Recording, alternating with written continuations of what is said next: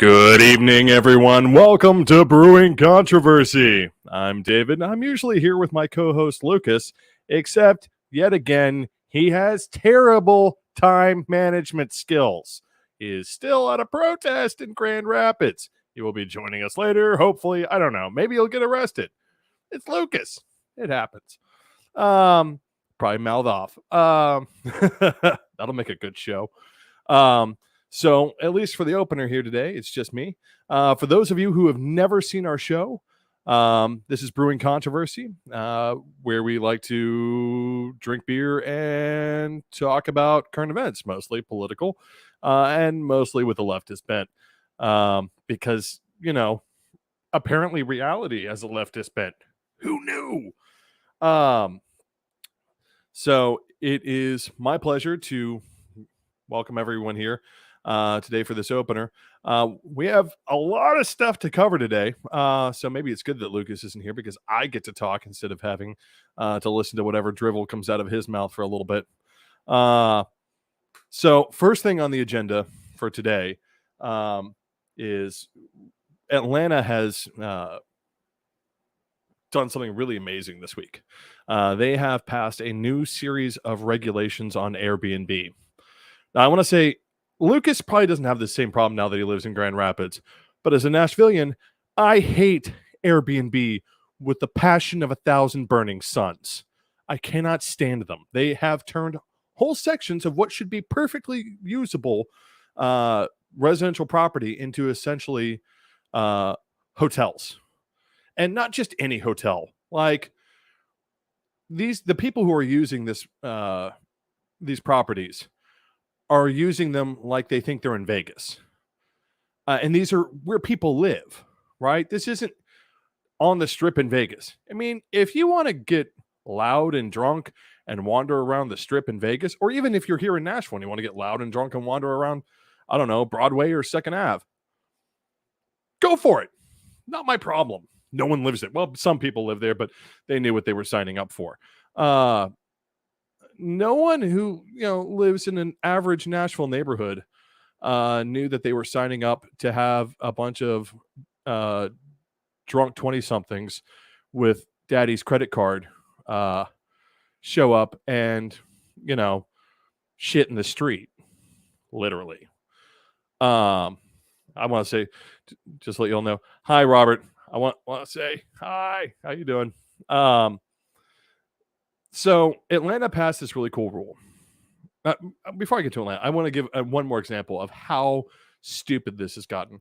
There's some ostensibly it's an apartment building near my work, except all the apartments are too small to be proper apartments. I mean, we're talking about something that you'd find maybe in New York as a studio apartment with like a sink and someplace to put, a hot plate and a toilet and some sort of shower, maybe that kind of thing.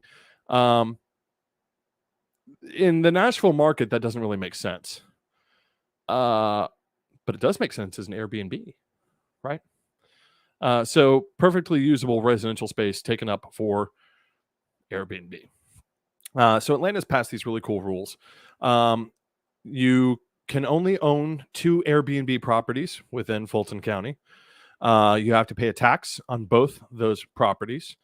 One of the properties must be your primary residence. You can't just own 2 properties in Fulton County and expect to rent them both out to Airbnb. And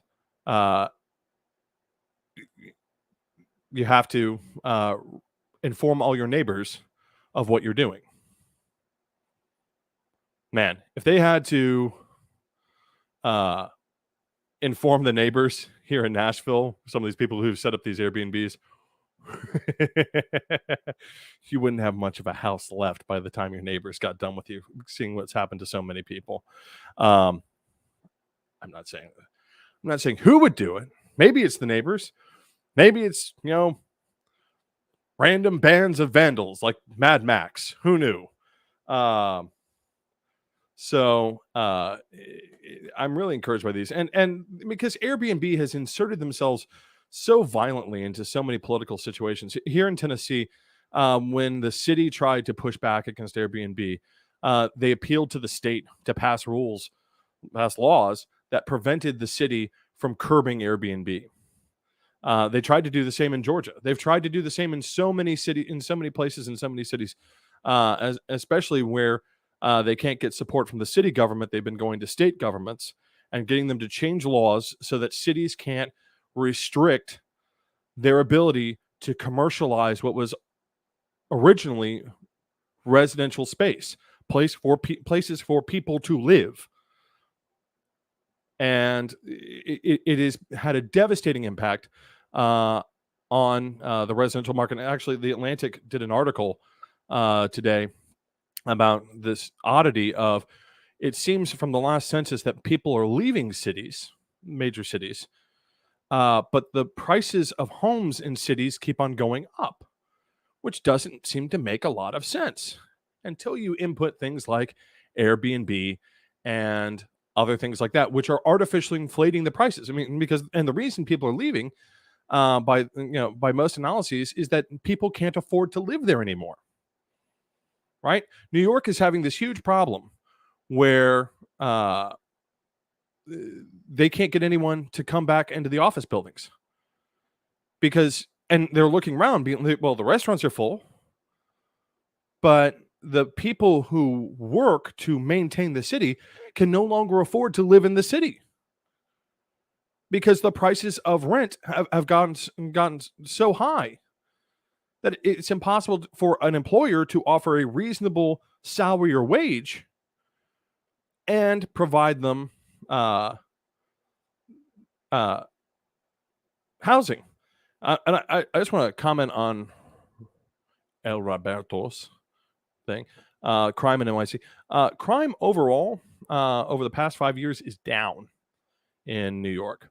Most of these things that we keep on hearing about crime rising, crime went down during the pandemic because everything was in lockdown. And so some of these people are saying, well, there's been a 50% rise in homicides. Well, how many homicides were there the year before? 2. So there's now been 4 homicides. That's what you said. No, pardon me, 1 homicide. So there's now been 3 homicides. 1 more person died during the same time period than last year. That's a 50% rise. What? Hi, McBrien. It's good to see you here on the show. So, I mean, the conditions that are occurring right now with what Airbnb is helping to facilitate, which is this strange vacuum in which prices of housing keep on rising, but no one's actually buying the housing except for speculators. So people are speculating on, well, maybe it'll go up. I mean, it's become a new stock market for the rich, is what Airbnb has helped create. And while no one's living there, hell, you can rent it out. You can hire someone to clean up the place a little bit in between guests. And look at that. You've got a new hotel without any of the taxes. And Atlanta has just done an absolute fantastic job this week of cracking down on that. And I've been really impressed. Another interesting event, and I, as someone trained in law, am near and dear to this, which is important court case this week. Was heard by the Supreme Court about prayer in schools. Specifically, it was a coach who was making a big deal about wanting to pray on the 50-yard line. Now, the reason some people will be like, well, what does it matter, right? Well, the reason it becomes a big deal is because the coach is representing the school and is a leader of the team, right? And one of the reasons why teachers typically aren't allowed to lead prayer groups and things like that is because it gives the impression that it is officially sanctioned by the school. And if it's officially sanctioned by the school, then it's officially sanctioned by the state. If it's officially sanctioned by the state, then that's a problem. That's a violation of the Establishment Clause of First Amendment to the U.S. Constitution. So this guy demanded that he be allowed, before and after the game to pray at the 50-yard line. Couldn't go pray anyplace else. He had to pray at the 50-yard line. I want to point out the same benefit is, in my experience, has not been extended to any other religion. I know plenty of Muslim students when I went to high school who had to go off into another room, put down their prayer mat, and pray. These were observant Muslims who wanted to pray 5 times a day in the direction of Mecca, and they weren't allowed to just be like, you know what? The teacher's going to keep talking. I'm going to throw my prayer mat down there, and just start having my little daily 5 times a day conversation with Allah. No one was going to let them do that. I mean, am I allowed to hold Eucharist in the middle of class? Would that be a thing? Could I walk up and be like, you know what? It's eventide right now. Or Vespers. We're having a late class. It's Vespers. It's time for prayer. So let me break out the wine and the bread and start blessing it. Do that. And, I'll offer communion to the class. Right? I can do that. I'm an Episcopalian. I am empowered under our dogma and our church doctrine to do so. I can bless bread and wine and declare it the blood of Christ and the body of Christ and conduct communion. People would freak the fuck out. Justifiably so. Right? I mean, it's not... This guy has made a point of wanting everyone to accept his version of evangelical Christianity. And one of the things that pisses me off about these people who are so big on public prayer, I don't like praying in public. I don't like it. I'll go to church. That's fine. Because that's in a church. If someone asks me to pray with them outside the church in a non-religious activity, I'm not going to like it. And I'm going to tell you why. I think very highly, and I'm often reminded of Luke 18:9. Yeah, I'm going to cite the Bible, right? What a Christian friggin' thing to do. So Luke 18:9 is the parable of the Pharisee and the Samaritan. Now, for those of you who don't know, Samaritan is also code for tax collector.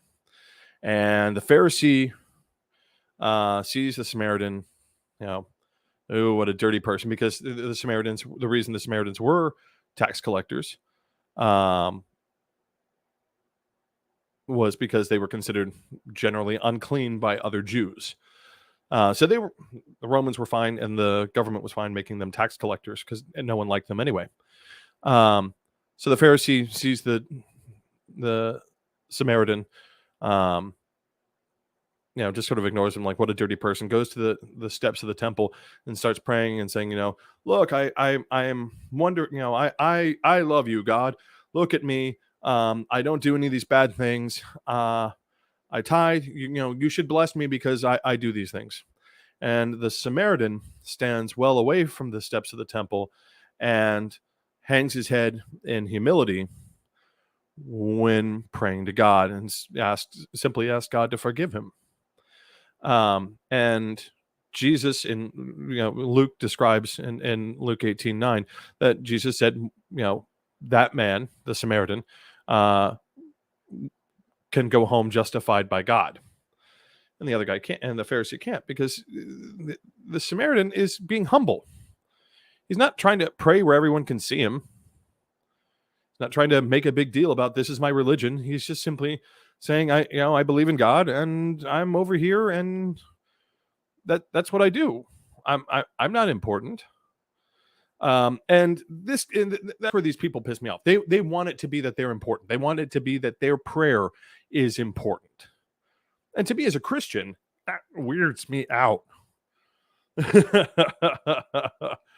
Again, it is literally the gospel, right? Then for those of you who don't understand this religious, line, the whole idea of Christianity is we're supposed to use the gospels as our guide, first and foremost. And here it is being very explicit. Don't go around praying in public. So, it's really incredible to me. Yeah. Thank you, Brian. I appreciate that. It really is. It is showboating. It's designed to attract attention, and again, the whole point. It's right there in the Bible. Don't do that. But it looks like the Supreme Court is probably going to try and accommodate them,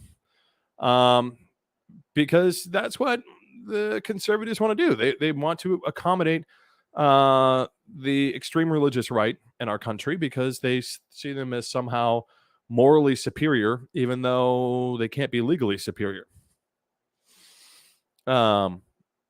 So there's not any good justification for it in the Constitution or anywhere else. So they're just going to do it, which is how our Supreme Court works now. That's how it works. It's just, we don't have to pay attention to the whole Constitution. We don't have to pay attention to 200 years of case law. We don't have to do any of those things. We are self-appointed, scribes of the Constitution. And, I just want to speak to this real fast. Because conservatives like to attack the court very often, saying that these elements of Brown v. Board and Roe v. Wade and all this was activist judicial interference, rewriting the Constitution. And the problem is, no, because the people who say this have completely ignore where the Constitution came from. I mean, the irony that I often find is that the so-called liberal activist judges are very often more in line with the 1,000 year legacy of the common law, which begins with the Norman conquest of England and carries right on through to today in every place the British colonized. And the irony is that idea of, wow, there's other rights that have to exist in order for people to exercise certain rights, that is entirely consistent with the common law. If you were to ask Adam Smith if that ruling was correct, given that reasoning, Adam Smith may say, well, I don't agree with it, but the reasoning is within the common law. The problem is that the reasoning that the court has no good reasoning about why this should be allowed. There's no reason why the school district can't turn around and say, no, you're a leader. It makes it look like we're endorsing religion. We don't endorse religion. That's a violation of the Constitution, and we're not going to do it. You're showboating because you want to make a political and religious point. You want to get your name in the papers, which is apparently what this guy's been doing, right? That's what he would do. He would find conservative legislators to show up and pray with him at the 50-yard line. Like, you're not doing this for any sort of genuine religious purpose other than to be a dick. That's all you're trying to do here. Brian points out, it's freestyle renovation of our culture and government on the fly. And honestly, when you have conservative justices, that's exactly what it is. I mean, it makes no sense. There is no good judicial logic. I mean, the entire conservative perspective of originalism falls down the moment that they actually encounter real originalism, real adherence to the document, real adherence to the common law and the legal traditions of the common law. Every time they encounter that, they're just like, well, something, I'm going to ignore it this time. Right? And if you ask liberal justices, if you these justices, I'm like, no, this is the pattern of my logic, using the common law, using the legal traditions of our country. Makes perfect sense. Unless you hand it to a conservative, at which point all of a sudden it becomes, oh well, it's just constantly changing, hypocrisy. It's the story that they keep telling themselves while they do the exact opposite. It's just absolutely mind-boggling. We're going to be good Christians, except not follow the Bible. We're going to be conservative legislators, and just follow the document, unless the document doesn't do what we want it to do, at which point we'll just ignore it. What the hell? It's mind-boggling. Which,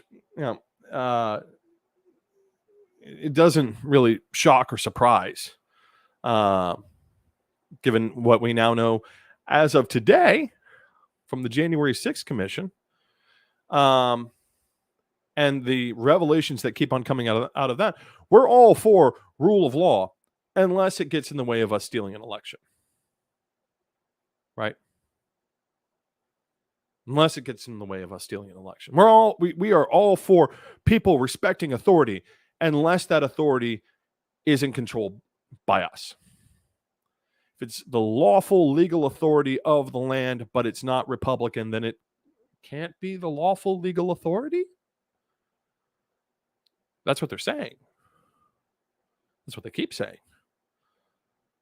I mean, hell, the senator who lost to Warnock, Perdue, has shown back up in the Georgia primaries to challenge Republican Governor Kemp for the Republican nomination for the Georgia governorship. And he began his entire presentation of the debate with the election was stolen, and Kemp let it happen by following the law. Holy shit. Those words came out of your goddamn mouth. Wow. How many whiskey sours did it take for you to get the cojones to have that come out of your mouth? I mean, and did it wash the taste of Trump out, like from where you'd been helping him orally? Yeah, I'm not saying he was doing anything obscene. Maybe he was warming up a popsicle or something, or cleaning a mushroom. I mean, it's just wow.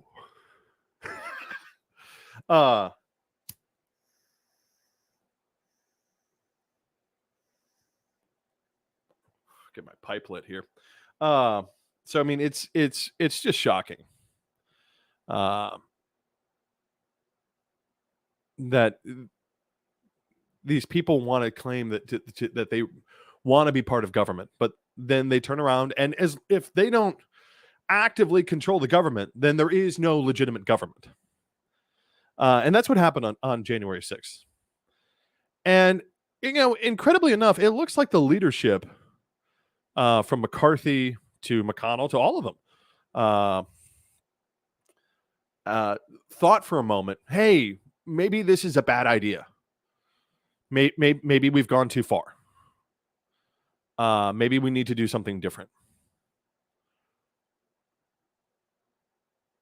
And then I think the thing that they saw, and this is a frustration I have from someone arguably on the left, the thing that they saw was no retaliation.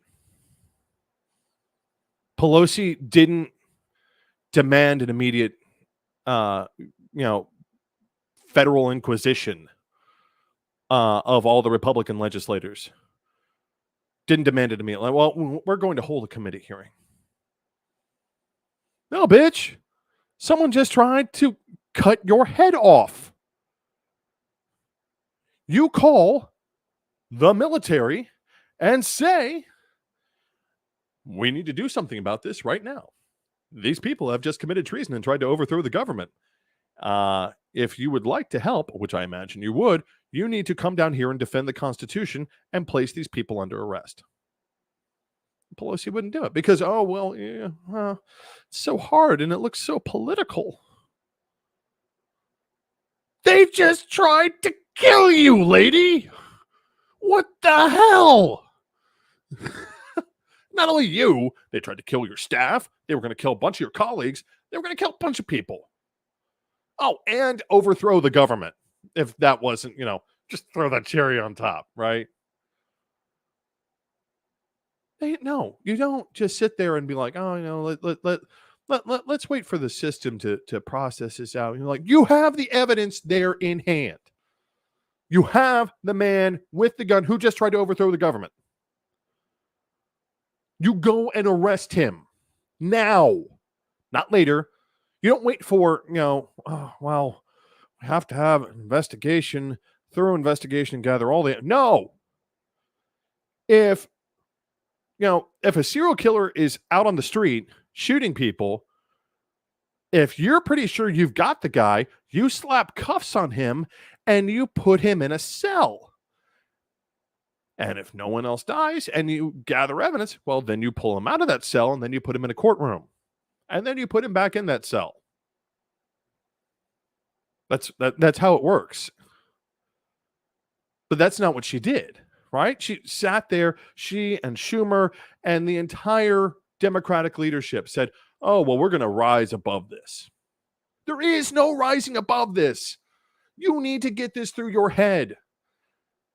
Are there times where someone says, I'm going to kill you if you don't do it my way, and you can convince them to do something different? Yes. And you want to know what the key element of what's different between that and now is?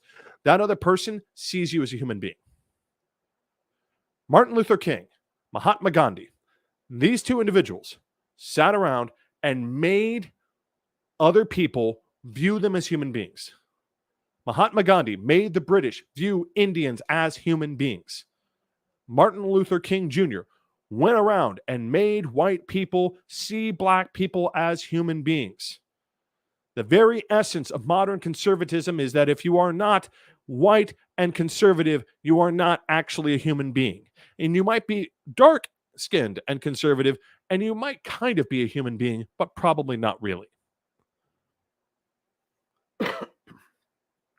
That is the essence of modern conservatism.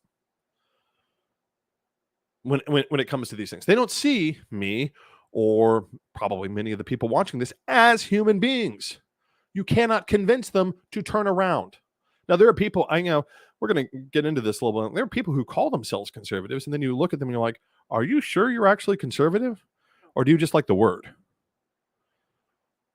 Those are people you can talk to. But the people who showed up on January 6th, the people who are leading the Republican Party right now, no. You cannot talk to these people. And the thing is, the text messages are just so damning. MTG, I will not use her name on the show. Vile, vile creature. I will not use her name on the show. Sat there and told everyone, oh, no, I don't remember that. Couldn't even spell Marshall right. Like, forgetting Sarah Marshall?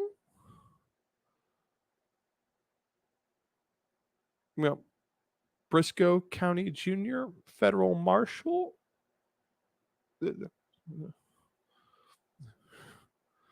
Marshall Amps? No.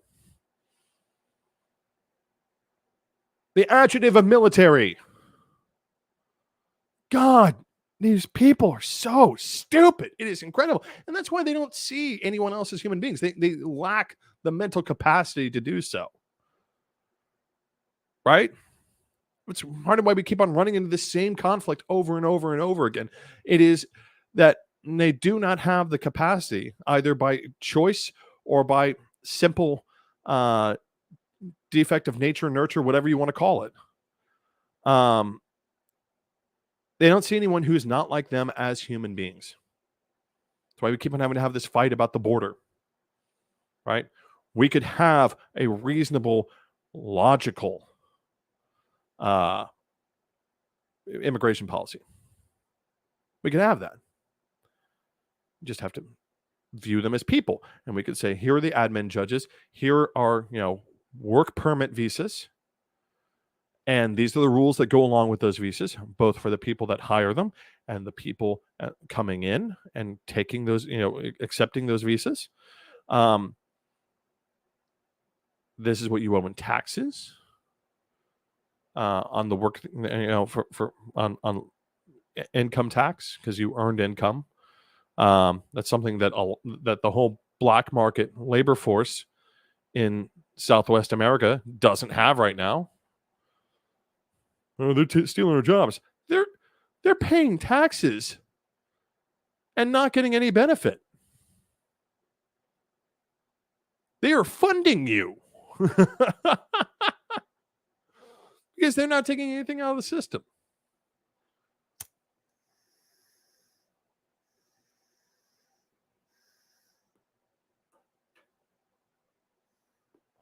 I mean, it's mind-boggling. But I mean, the Meadows texts seem to be the most damning and the most shocking of all of them. The fact that I mean, it makes sense. He was the chief of staff, so a lot of people were reaching out to him, being like, "What does the big orange thing want to do now?"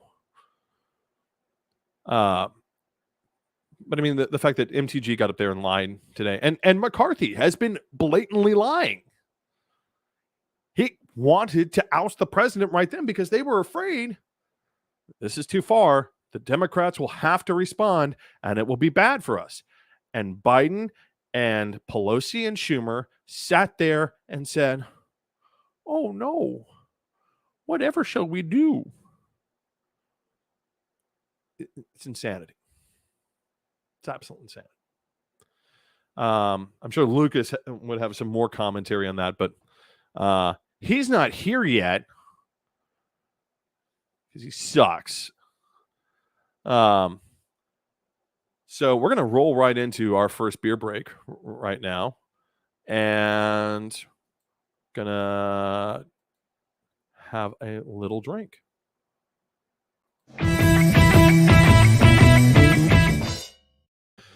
So I have this Stillwater Artisanal. It's the name of the brewery. I want to make sure before I say this, I want to make sure I'm saying this right. Yeah, it is Kung Pao.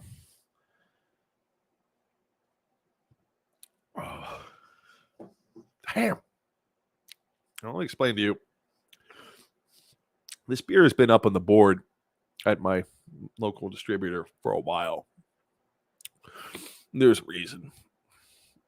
And the thing is, since we kind of have this little bit of a rule that we always try and have a new beer every week. And it's normally that's a very doable thing if you know where to look. This was the last of the cheap ones that was up there. And I tasted it a couple of weeks ago. I didn't like it, but it was the only new thing that they had. So, yeah. Here's what I can say good about this. If you like dark chocolate, I mean, like taking the whole cacao bean and just putting it in your mouth and sucking on it, this is a good stout for you. This is an excellent stout for you. It's bitter and chocolate. It's supposed to have this spice note, and I think it's really there in the back. Yeah, it comes about mid to back. And it is an interesting spice note. I wish it wasn't attached to this degree of bitterness. This is the sort of beer that I imagine. Let me see, what's the proof on it? Yeah, it's 11%. So I imagine what they're thinking of when they made this is not what I'm doing with it right here, right? Having a big old stein of it and drinking sips of it. They're thinking of someone with a globe glass, sipping on it with a meal or something. I think is how they're really thinking about it. And I can see how that would work. Um, I wish they'd have like a disclaimer though about it. And I'll be honest, and because here's the thing, I want to like Stillwater Artisanal. If I remember correctly, they are a gypsy brewery. Which what does that mean? I'm not slandering the Roma there. It means that they don't actually have a home base. There's no Stillwater Artisanal Brewery anywhere. They go to like Evil Twin, and Flying Tiger. Yeah, I think that's another one. They go from brewery to brewery, uh, making beer off of unused vats, right? So if Tailgate down the street had some excess capacity, Stillwater Artisanal or Evil Twin or some of these other breweries can come in and they say, "Hey, I'll use those 4 vats to make my beer, and I'll give you this percentage of the profit." And Tailgate, knowing them, probably says, "No, we have to think of something really, really stupid to put in those. We just haven't done it yet. We need to make a dog hair beer or something. I don't know. Or we need to make something so obnoxiously sweet and flavorless that you can literally feel your teeth rotting as you drink it, which is part of the experience, the teeth rot feeling." Yeah. And when you're done and you have no teeth, you'll be easier for you to drink more of whatever we just gave you. I kid. Tailgate does some great stuff. They also do a lot of experimental stuff that does not go off well, and you really have to think about who the hell signed off on this. Did you all taste this before you brought it out and decided that you were going to ask people money for it? So I kid about Tailgate, but I mean, Artisanal, I think they come up with a lot of interesting ideas. This is not. I feel like this is not a bad idea.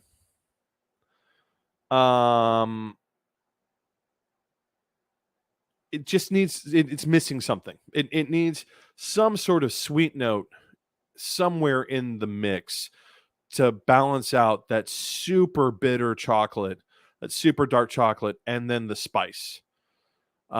Typically, when I've seen these done, it's been labeled as like Mexican style beers, or a Mexican inspired beer, and they do find a way to bring a little bit of sweet in to mix with the chocolate. I mean, here they just didn't do that. They just really didn't want to mess with it, and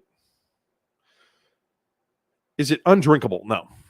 Am I going to finish this off? Yeah, I'm going to.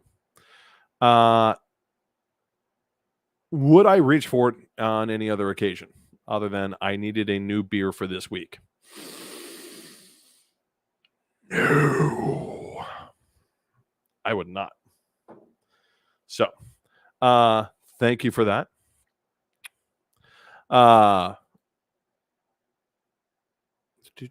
So we're going to move on to our first sort of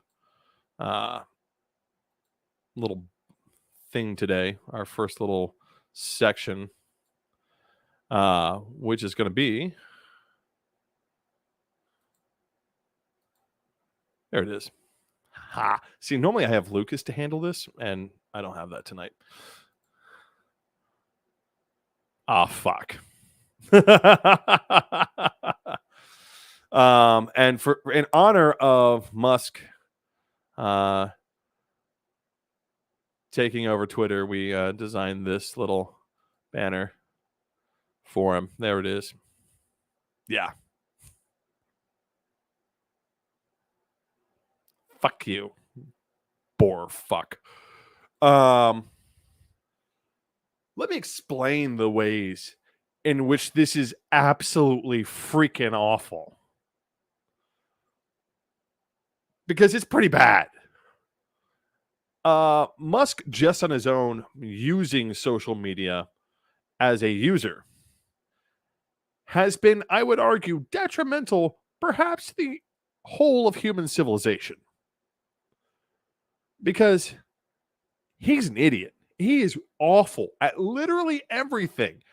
I imagine that, like, even though he has a kid, I'm like, was there some sort of like mechanical intervention involved? Because I can't actually imagine that you're so bad at everything else that you do other than promoting yourself. Like, did you have a machine get it out? Did you? Because I can't imagine that you're actually good at the act of intercourse, because you're literally not good at anything else. So bad at everything. He's a terrible engineer.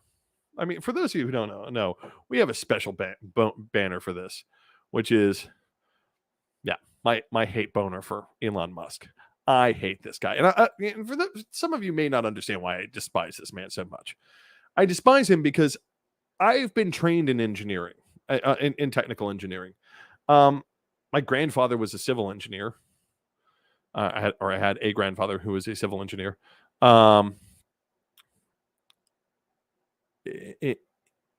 He's bad at what he does. He just comes in and he buys stuff and then says that he made it. And the problem is, once he touches something, it doesn't work the way that it was intended. It works worse. Tesla should be innovating in the realm of electric vehicles. It's not. Nissan is, Toyota is, Ford is, Tesla isn't. Tesla started out being able to do that. And then Elon came and said, what's my return? I have to make money back. Okay. Well, let's just use the batteries that exist. You mean the super toxic ones that die after a few years of recharging and continuously lose charge as they get older and make things worse?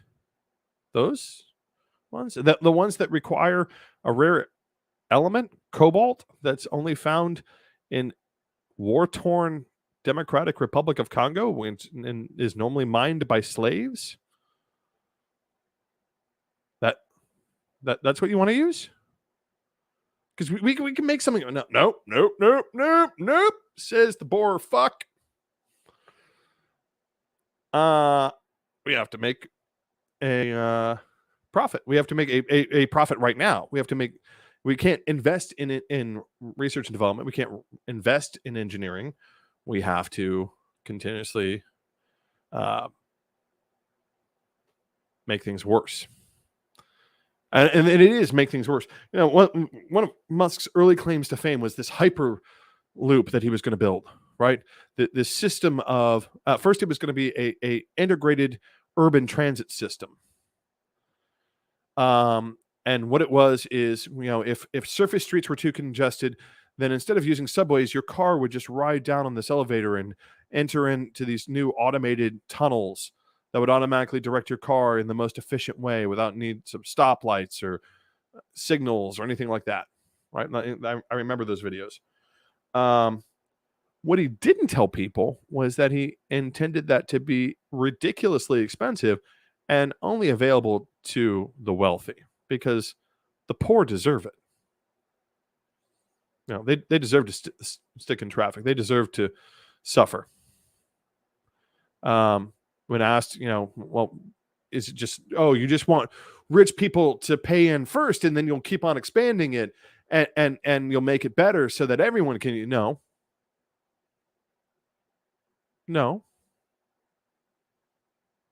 it's there for the rich people. This is how this guy thinks. Holy fuck, what an asshole. I hate this guy. So in the meantime, he's been busily playing edgelord everywhere he can for his own entertainment. Right?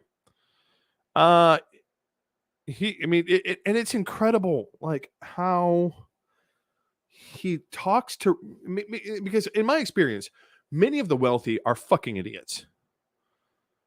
They have smart people around them who give them ideas, who give them structures, who give them tools to make money, and they shave off a little piece so that the super rich guy can make a lot of money, right? And then eventually, get rid of the guy who actually knew what the hell he was doing. And then busily wonder why, the government, either the government is interfering with me or the government isn't protecting me from some sort of competitor, is what normally follows, in my experience, because they don't know how to do the thing, right? They don't know what they're doing. They don't know how to invest. They don't know how to engineer. They don't know how to build.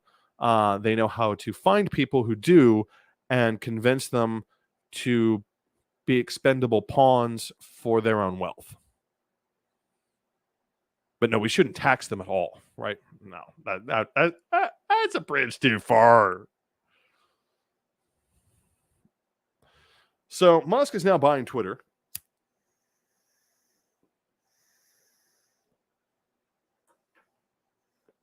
And I'll be honest, I didn't think he was going to do it. I thought he was he was doing some edgelord shit. And he just wanted to threaten and show what an amazing edgelord he was, and then back off. And I think what happened was the Twitter's board blinked. And part of the reason is because Twitter is a shitty product. It was always shitty. It was always fucking stupid. And because it was always shitty and always fucking stupid, they managed to get a bunch of rich people to buy in and keep pumping their stock up, despite not ever earning anything resembling a profit. It's fine. We can just keep on borrowing forever, right?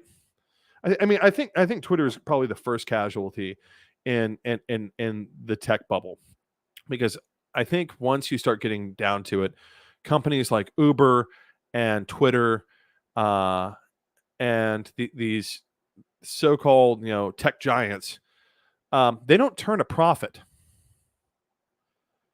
They borrow money and they lose their investors a shit ton of money. And eventually, right now, they've been able to use their status as favored sons of the wealthy and keep on churning that money, right? Well, the loan is coming due. Well, just borrow again to pay off that loan, and then we get to keep on going on this loan, on this new loan that we're about to take, and we just keep on borrowing and borrowing and borrowing and borrowing and paying off one loan with another loan again and again and again and again and again. This has become accepted business practice in America and in the wider world. And I think with interest rates now about to go up, that creates a problem for a lot of big tech, because now the cost of them borrowing that money to continue just churning, right? Pay off the last loan with a new loan. Pay off the last loan with a new loan. Oh, the interest rate on that new loan is what? About to find religion. That guy on the 50-yard line has something to say about it, right? I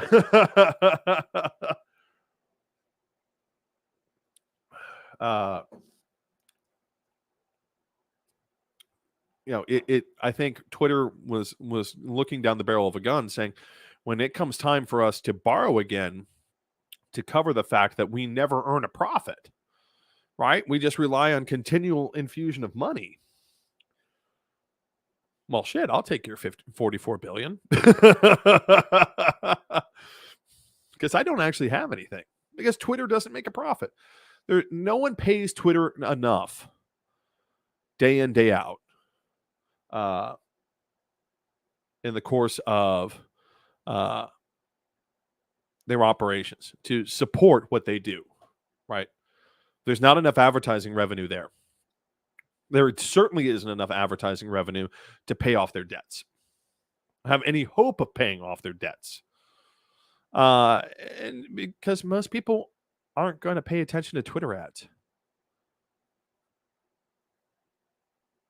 Ironically, people with client apps that have ads are probably making more than Twitter is. So the client app is taking Twitter's feed and putting it in front of you, and they have a little banner ad somewhere on there. And they're showing you banner ads. They're probably making more money than Twitter. I was hoping Elon was just doing it to be an edgelord. And I was hoping that, God help those stupid sons of bitches on Twitter's board, that they were going to turn him down. Because what Musk is going to do to Twitter is going to be absolutely awful. Because Musk depends on edgelord status to keep getting money. There's the reason he's the richest man on earth is because he just keeps on convincing. He doesn't produce anything of value, of actual value. Personally, other people around him produce things of actual value, which he then finds ways to buy, right? And then repackage and sell. But Steve Jobs once said the definition of genius is taking something that's already there, or taking many things that are already there and combining them in a new way to make something better. Musk does not do this. Musk is not a genius. Musk has money. That's all Musk has ever had. And he takes his money and he buys something, and then he convinces a bunch of people that it's amazing, and he pumps up the value, and then he makes a shit ton of money selling his shares in whatever the thing he sold whatever the thing he bought was. And that's how he makes money. Or, he convinces governments or all sorts of other people to just simply give him money. There's nothing that SpaceX has done that couldn't have been done by NASA.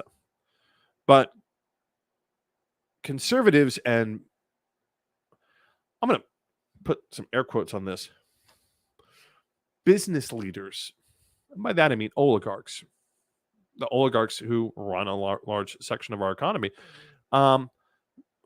Why should the government lead space exploration? Well, because it's kind of a matter of public goddamn concern. You goddamn motherfuckers. I mean, Ford didn't pay for us to go to the moon. Chevrolet didn't figure out how to build Skylab. Hell, the communists, technically, except for the moon, got to all those things before we did.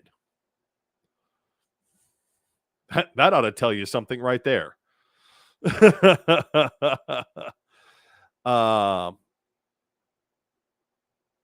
So, he's going to take Twitter, and the way he's going to pump up the value is by the same way he always does, by creating controversy and by hurting people, actively hurting people. One of the reasons I hate Tesla with a passion is because it is one of the most unsafe car companies in America. Not in terms of the value of their product. I'm not saying more people die in Teslas than proportionally than any other car, though I wouldn't be surprised if that was the case. Their workers is the most unsafe car factory in America.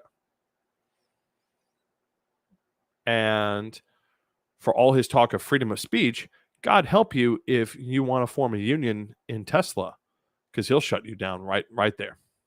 Sue the shit out of you. Make sure you shut the fuck up. So yeah, that's the guy taking over Twitter. Right-wing nut job. And the problem is, Dorsey, the previous CEO, he was also a nut job.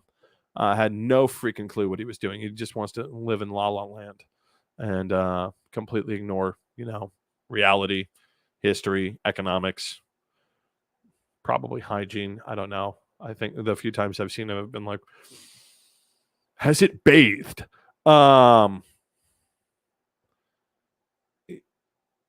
He's gonna hurt people. He's gonna do it to pump up the value. He's gonna do it because when he's hurting people, at least on Twitter, he's creating controversy. He doesn't want you to know about how many people he hurts at his factory, because that creates a controversy he doesn't want. He's going to frame what he's going to do at Twitter as, well, I'm just promoting and protecting free speech. It is not the job of corporate America to defend free speech. It's the job of, ironically, the press. And the problem is we let corporate America buy the press, which we shouldn't have done. And we're going to have to do something about that going forward. But, Twitter, I've heard people call Twitter the public square. The public square is the public square. not Twitter. And the problem is, the more unregulated we see these quote unquote digital public squares, like let's say Nextdoor, right? Nextdoor right now is having a huge issue about the fact that, guess what? Some of your neighbors are fucking Nazis. And they're proud to be Nazis. And the thing is, if they were living at that random house at the cul-de-sac that seems to fly very strange versions of the American flag that, just have one stripe and things like that, or, historical flags, right? Like Confederate battle flag. That was the weirdo at the end of the street. Thanks to Nextdoor, they're empowered to take control of entire conversations for entire communities about things that they need. Because Nextdoor isn't going to stop them from saying Obama is the Antichrist. Devils live in your Campbell's soup. 9/11 was an inside job. Not going to stop them. Neither is Musk. Musk wants it. He's going to love it. He's going to love opening those floodgates and creating all that controversy. And conservatives have been waiting for this, right? They have been waiting for this. They were exiled for trying to overthrow the goddamned republic. And they've been waiting for the chance to be let back in. Like they were, had something of value to say. Don't. That's why they were banned. They were banned because they were promoting violence. They were banned because they were making sure that vulnerable people could be targeted. That's why they were banned. They were banned because they were flat out lying and creating chaos. But what is an edgelord like Musk love? Chaos.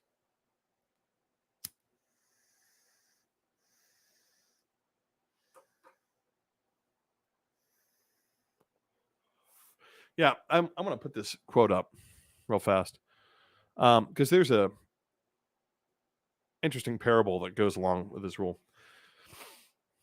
Guy sits down at a dive bar, grungiest place he'd ever seen, and behind the bar, a guy that looks like he might have actually been peeled off Leonard Skinner's shoe, right?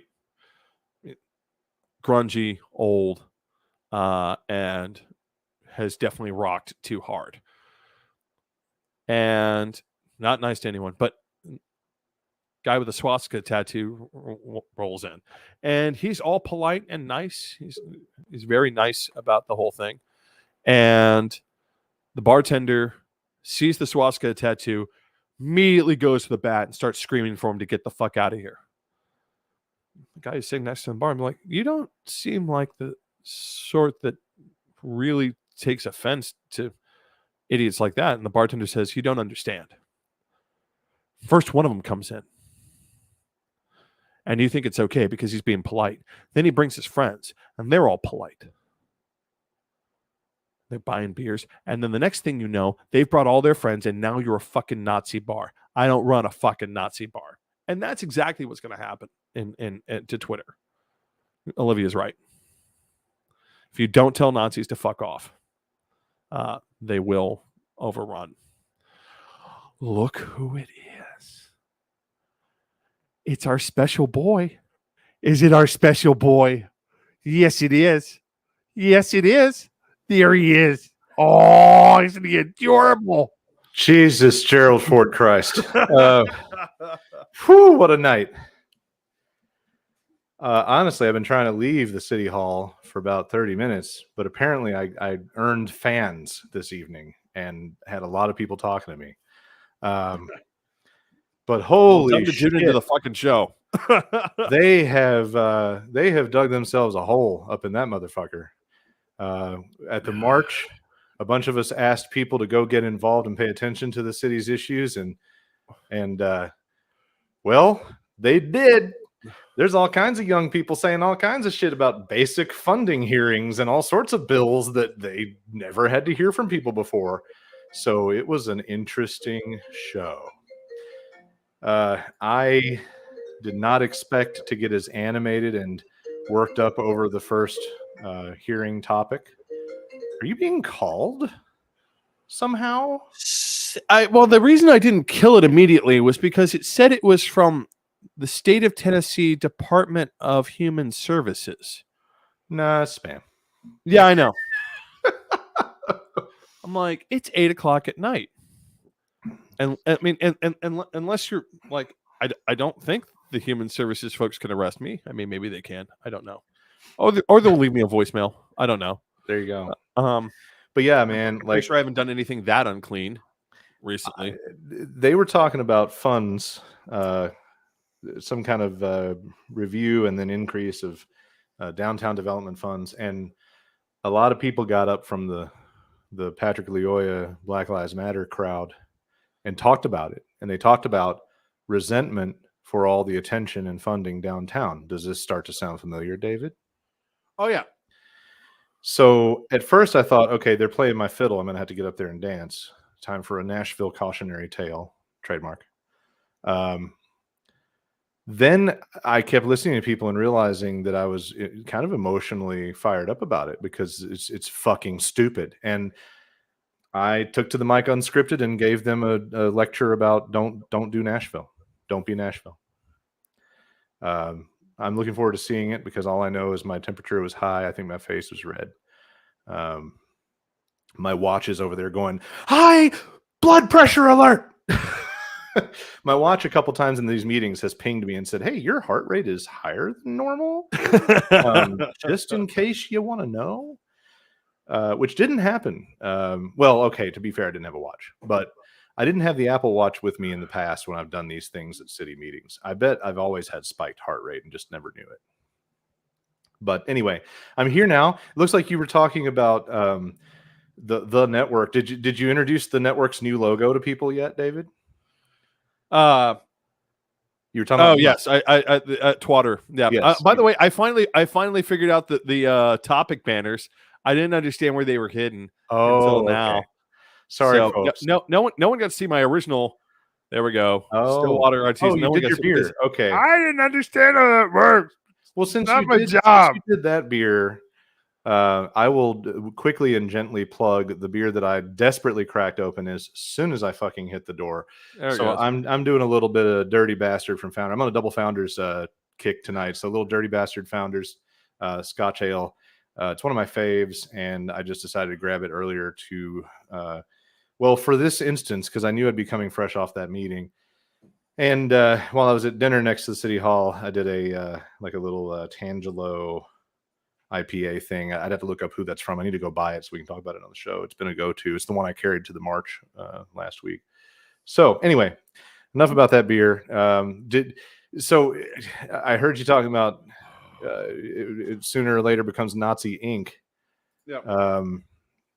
What's the general latest news? Have we? Because I'm just praying that there's a regulatory intervention that blocks. Well, I mean, there might be, because here's the thing: there is a suit in the fire. There is an iron in the fire that Musk improperly hid his earlier acquisition that he used to therefore then leverage into the buyout. So the problem is that you run into a fruit of the poisonous tree issue, which may kibosh the entire deal. In other words, they may have to turn around and have to unwind this entire deal, which would be epic. Yeah, because the problem is he was supposed to have to declare whenever he got over 5%. That's SEC rules.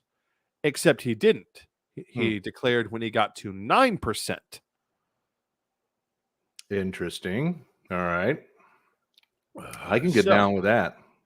That could become a bit of an issue. Oh boy, loud. Sorry. I'm putting the commission meeting on a second screen. I just saw a headline that said it was in recess, which is a tactic they threaten when the crowd is too unruly. They've really earned an unruly crowd. They've really let this shit get to a point where they can't keep people from demanding to speak. Well, I mean, here's the thing. Now that I've finally seen the video, Jesus Christ. Oh, you hadn't seen the no, video? Because I didn't. Here's the thing. I honestly wanted to hear more about what people were talking about. I wanted to hear descriptions before I saw it. Because the thing is, if you're going to describe the thing, then you're going to start picking out things that there is a point where you're like, well, I'm seeing one thing, but what other background information do I need about what I'm seeing? Right? Was this guy, did he have a history of violent offenses? Nope. The way you describe it was, you're telling me he was violent towards you. Okay. In what way was he violent? I need you to describe to me what happened. Did you cover this update at all? No. Or is that where we should be now? I don't want to rehash. I guess that's where we should be now, because I knew that I needed you to come back with this, because this is your pet. So I was not going to talk about it without you. It's interesting you say that about the history. So they're doing the typical thing where they take a black guy and find all of his record and try to paint him as some jackhat that I was arguing with on Facebook that I should probably quit doing. They not healthy. They called him a career criminal. So I went and looked at the record. I had skimmed the record like literally the day it happened. I'm like, well, I got to go look at the record because I know that's what all these fucking closet racist white supremacist pieces of shit are going to start talking about. And there's a whole bunch of just fuck the police kind of bullshit. There's a lot of failure to appear, and a few times when he like left a scene or walked off or, supposedly fled and things like that. But we all know we can't trust at least half of that. No, I mean, and again, that's one of the reasons why I'm like, I need you to describe to me what happened. Right. Apparently he hit his girlfriend or some shit, but I think Johnny Depp is proof that we also can only believe about half of that until we know. Come on. Okay. Anyway. Now, I mean, I often find from my legal training that it's important to have everyone describe what happened and then go to the tape, right? Because everyone's going to describe the situation from their own perspective. Mm-hmm. And the law's perspective is always going to be biased. But yeah, you accept that everyone's perspective is going to be biased. We know cops are going to make shit up. So interfering with an investigation was on there. Well, what the fuck did he do? Film you fucking pussy? Right. Again, this is how it works. Is you always want to get all the facts, and then you want to look at the evidence, right? Right. All the descriptions, and then look at the evidence. And now that you look at the evidence and you've heard how people described it, here's the thing. It makes it a lot easier to tell who's being more biased and who has something to cover up, right? And how they described it and now how you see it.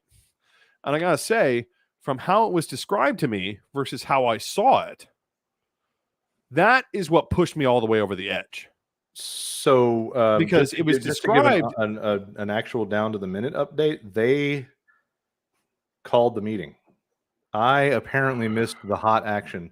Right now, the live feed from local news is a 60-person crowd in the already, not very large anyway, meeting chamber, stacked up, protesting, fist in the air, that the mayor called the meeting to a close because she couldn't get control to her liking.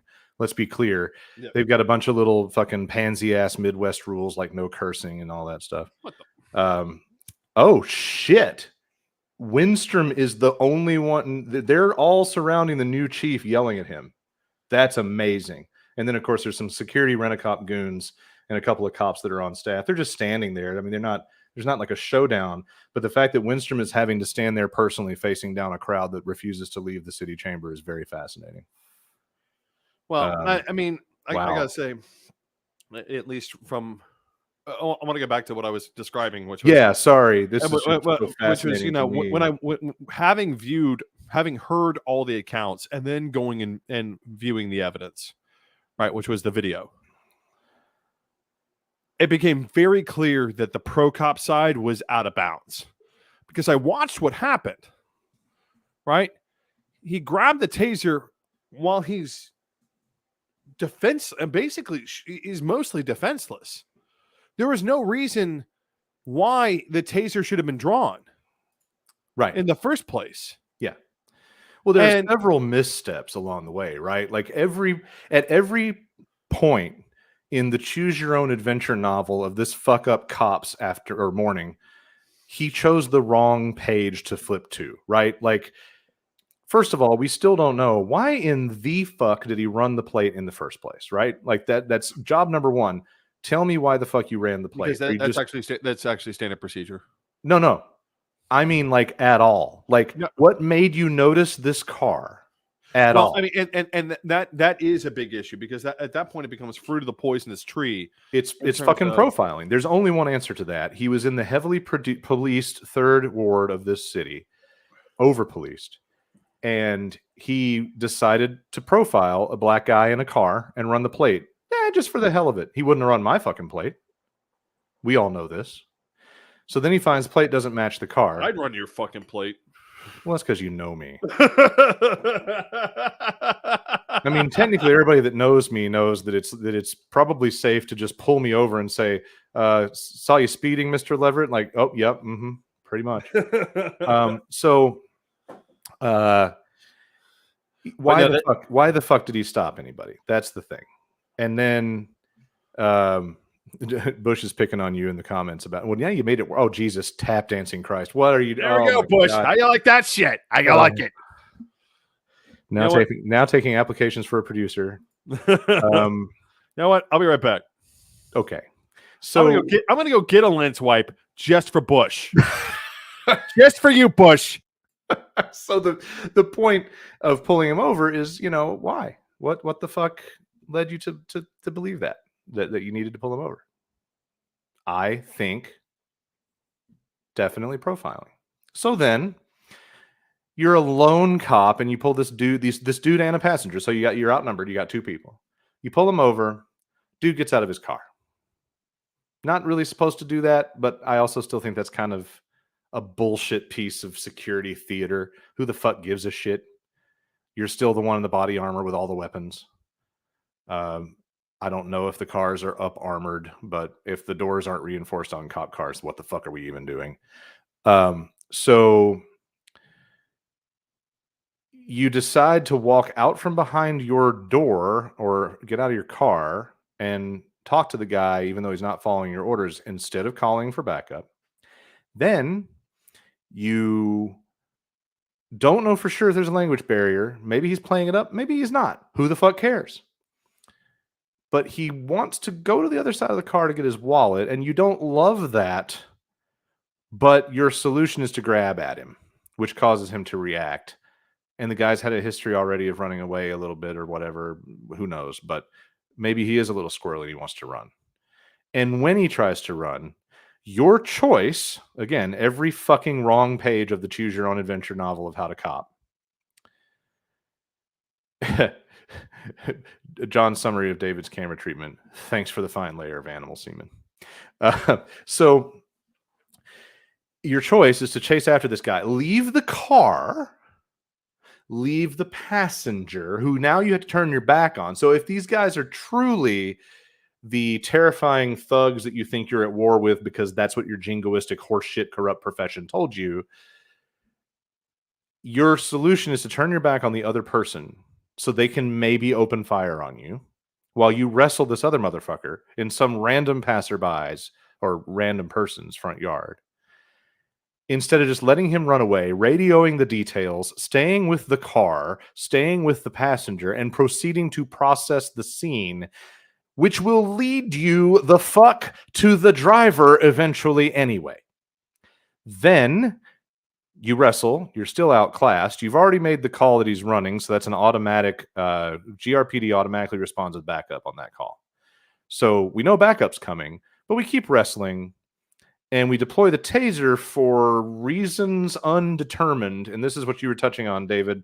I don't want to. I gotta give David a smoke break. He doesn't like to smoke the cancer sticks, only the pipes on camera. So he's got to have a smoke break. But David's point is, why the fuck pull the fucking thing, right? Like, good point. Why? Who cares if you had to wrestle this guy a little longer until the backup shows up? He pulls the taser, and Patrick's really good at self-defense, so he deflects the fucking taser and it shoots into the ground. Oopsie boopsie. And so you continue to wrestle and you try to shoot it again. And oops, he's got some awareness of self-defense and it shoots in the ground again. Now, I don't know how many goddamn shots they have, but eventually you're going to run out of this bad experiment. And you get to the point that you decide for whatever reason to pull your gun. Now, there's only a couple of ways that this piece of the Choose Your Own Adventure novel goes. If you would like to pull your gun and shoot the suspect in the back of the head because you're just goddamn tired of this, turn to page 482. That is possible, and that is absolutely murder. If you just want to freak the motherfucker out and put a real gun to the back of his head to get him to goddamn stop wrestling you, turn to page 369. But when you do that, you're supposed to exercise goddamn trigger discipline, you fucking moron. But instead, Chris, the dipshit Christian Mission, he puts his finger on the trigger, obviously.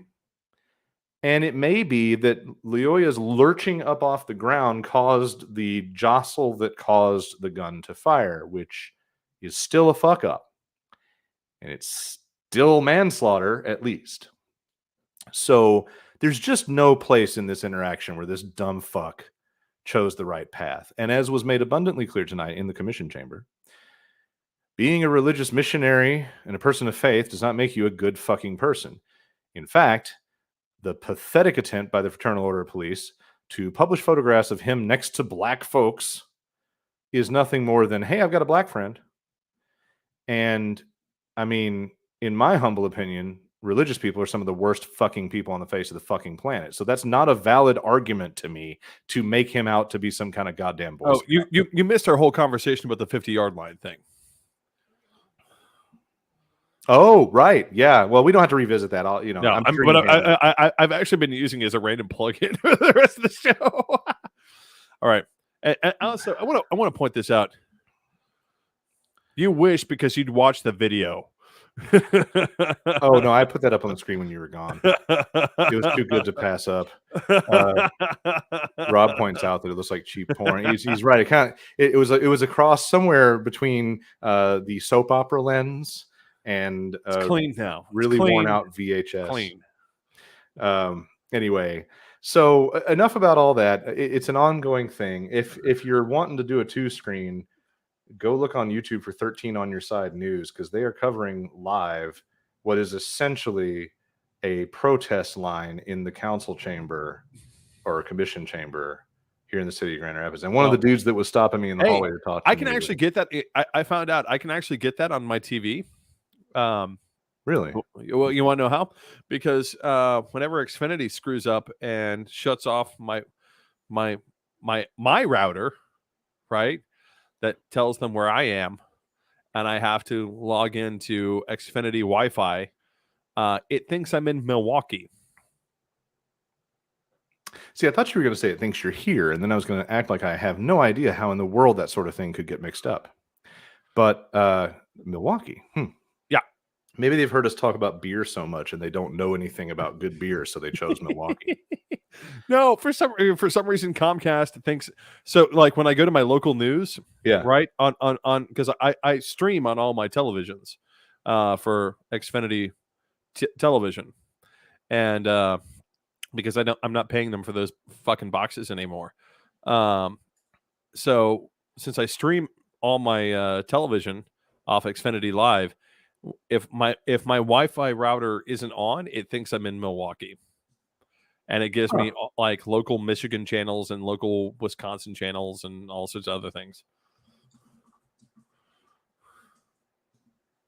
Oh, he's still fuck.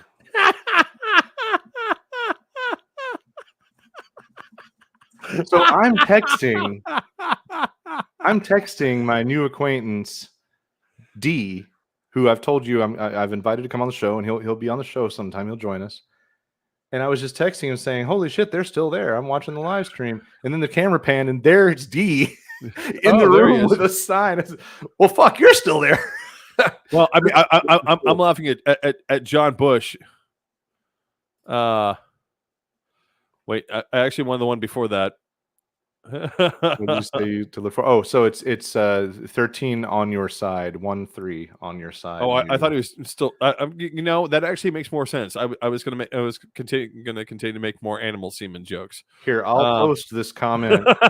Here, I'm posting a comment as the page with the YouTube link so that you can screen and have the feed. Like the desk that they're all crowded around is the desk I was just raising hell from twice tonight. Apparently, when the mayor says that if people don't behave themselves, they will recess the meeting, apparently that means that they adjourn the meeting. Either that or the crowd's not clear on the recess part and they're just making it permanent by not settling down. I don't know. Well, I mean, you by Robert's rule, yes, I actually do kind of know Robert's Rules of Order, which, by the way, are the most arcane, worthless. Oh God, they're so bad. So complicated, but under Robert's Rules of Order, you can adjourn in a recess without being on the floor. Oh, well, that's what they did then. She recessed the meeting and then adjourned the meeting. Yeah. Which is a really horrible sequence of events because when you recess, you're going to piss everybody off. So you're not doing anything to de-escalate, which is clearly a problem in this city. And then they're just standing there being more pissed off. So you end up forced to have no choice but to adjourn. It's wild.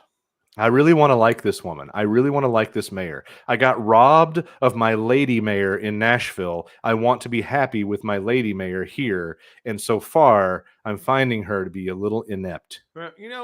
Considering your normal level of chauvinism, I'm actually kind of shocked by that.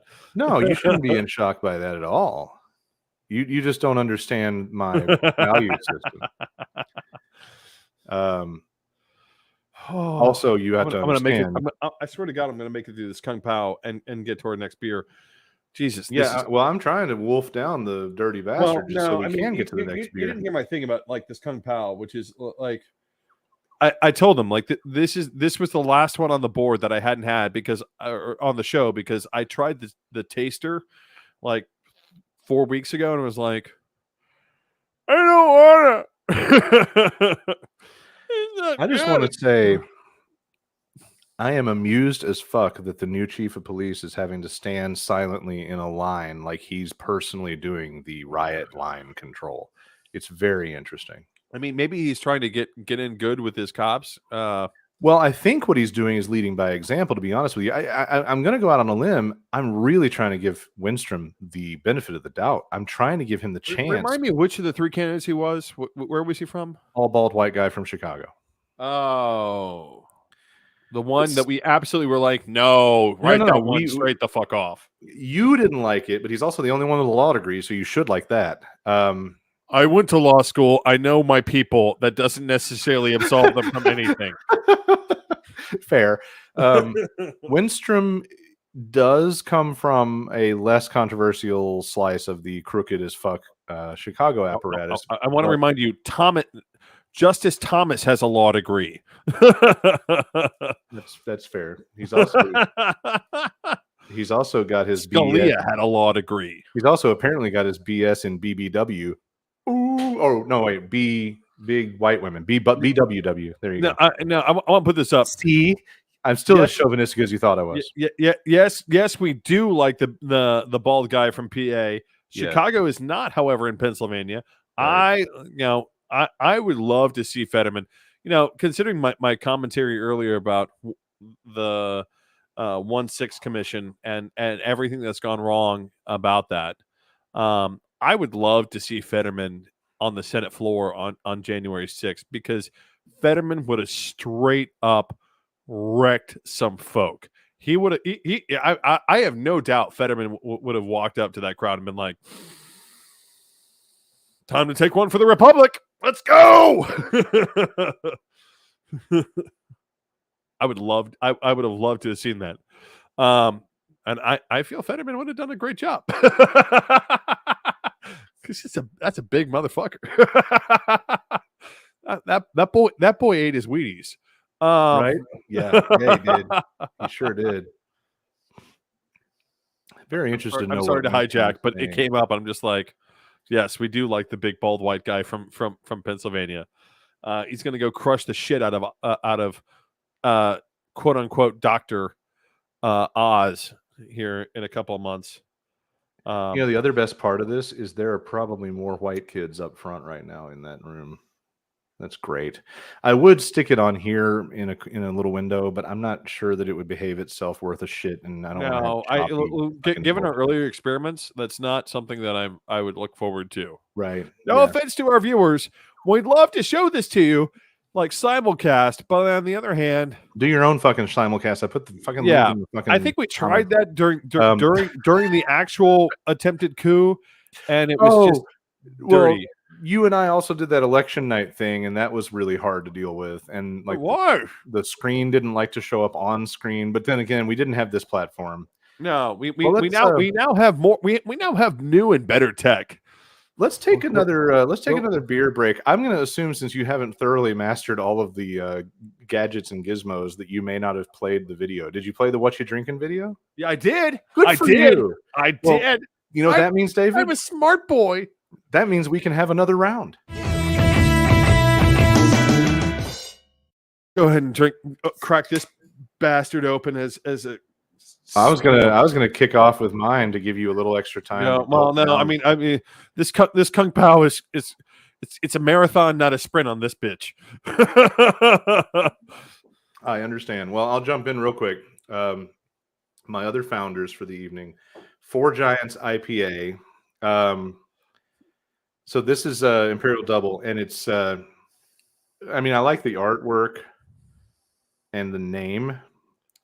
And it is, if I can tear myself away from that live footage for a second, we've made a lot of Imperial IPAs over the years. Yeah. And in turn, have had a lot of arguments over which one's the absolute best. So to settle this once and for all, our brewers mashed up 4 of our favorite recipes into the ultimate Imperial IPA. Four Giants boasts aggressive bitterness balanced by a malty sweet backbone, while huge aromatics come courtesy of the American hop varieties. And let's crack that open. Well, that's right. They're not fucking around on that huge aromatics. So that is definitely so. Four Giants is a good one. I don't know how far out you can buy this from here, but you can definitely get that shit right there in the tap room downtown GR. Well, it's good stuff. Imperial IPAs are kind of hard to find. That is not a common way to do things. So what you got? What is your next brew or choice? My Rheingeist Hustle. Rheingeist Hustle. All right. Which is their looks IPA. A little bit like a baseball. Is that a baseball design? Yeah, it's you know what? Actually, I think that might be. I think that might be a baseball. Trying to be baseball? That's definitely baseball stitches. Yeah, that's baseball. Neat. I wonder what that's about. So normally I'm down on Rheingeist about being too carbonated for so much of their stuff, because I think they overcarbonate everything. Oh, it's the four-seam flavor fastball, according to their description. Hoppy IPA delivers a melange of citrus, peach, tangerine, and mango deliciousness. There's so many things I'm drinking tonight that I from people who I don't want to like. You don't want to like Rheingeist? Come on, they have cute little Rheingeist makes so much oversugared, overcarbonated things that I'm not. Anyway, this is not a bad IPA. It's a very drinkable, normal IPA, I think. Yeah, it's very little. You like it more than you want to. I can tell. Well, no, I'm trying to find something. Here's the thing. Typically, when I'm drinking a beer, I want to have a little bit of a front note. I want to have strong florals and citrus on the front, or if you're going to give me something else, I want you to present your uniqueness on the front end, and then impress me with everything else afterwards. Right? The finish as long as you don't completely botch the finish, I'm okay with it. I know some people are like, well, no, I'm all about the mid or the finish. For me, I want the front end. And this on the front end just not impressed. Like this seems like a normal day drinker.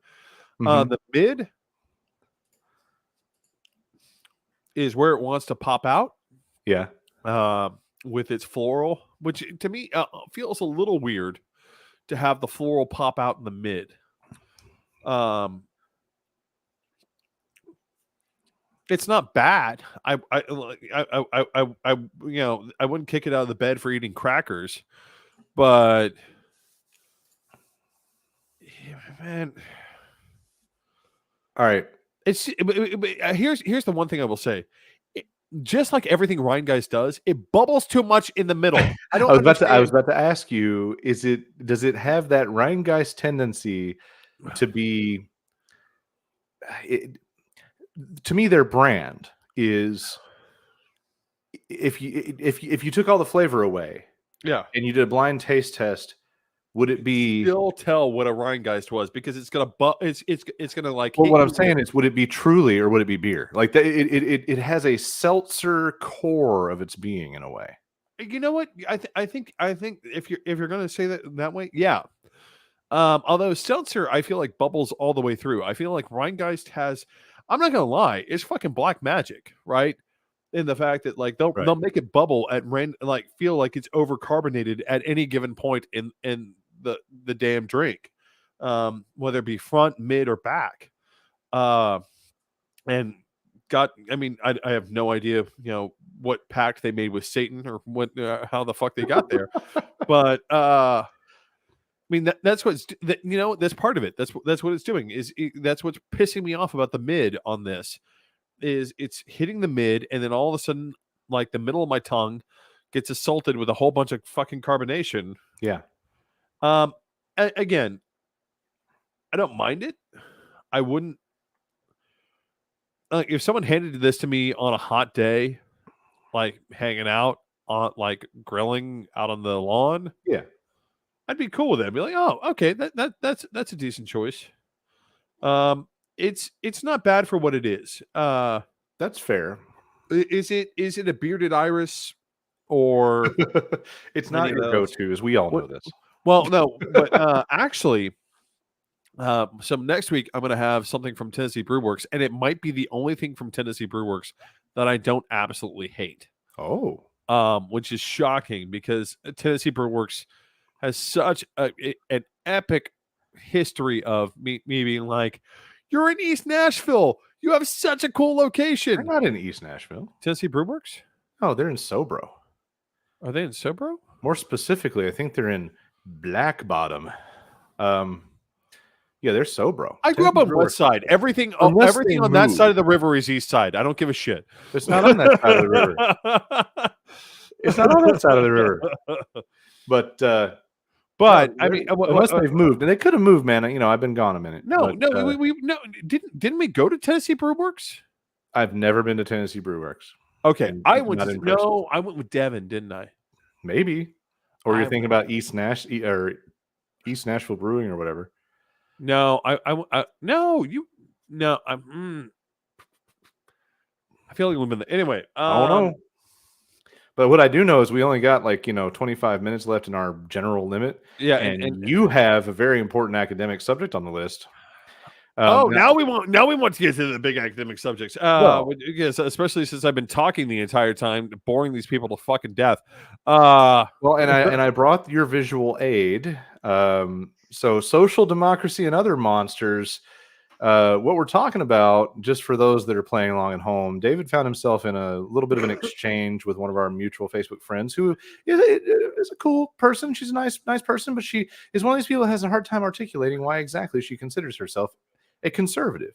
Because David had posted this graphic, and we're going to leave this up for a minute and talk to it, but I happened to really enjoy it when you posted this because it was really interesting to see these things put out there for people to talk about. I didn't get to read the whole conversation, but it's funny how basically most people can get behind this, but there's usually only one party that's behind this grid. Well, and the thing that I pointed out to her was very simple. I'm like, because again, this is really frustrating to me, is corporations are really good at giving us what we want. They are not as good at giving us what we need. Because need, and I'm going to put this in economic terms, need creates what's called an inelasticity, right? So what's inelasticity? And I'm sure I've talked about this on the show before. Elastic goods are goods which go up and down with accordance to demand, right? Some people want Tickle Me Elmo. I don't like, I may be dating myself with this. But some people want Tickle Me Elmo. Some people want, I don't know, food. Which is a choice people were making when Tickle Me Elmo came out. You had poor families making a choice between like, my kid really wants Tickle Me Elmo. Well, I guess we can go a couple of days without food to afford a Tickle Me Elmo. But it's elastic. In other words, it goes up when it's more in demand and goes down when it's less in demand. And the demand is flexible. Needs, however, are inelastic. What is inelastic? Inelastic means that everyone needs this, and therefore the price does not fluctuate based on demand. Yeah. Or rather, it can go up in demand, but it's very hard to bring it down. It's very hard to bring it down because everyone needs that thing. Healthcare is a prime example. Everyone wants to fucking live. People don't want to be sick. Healthcare is an inelastic demand.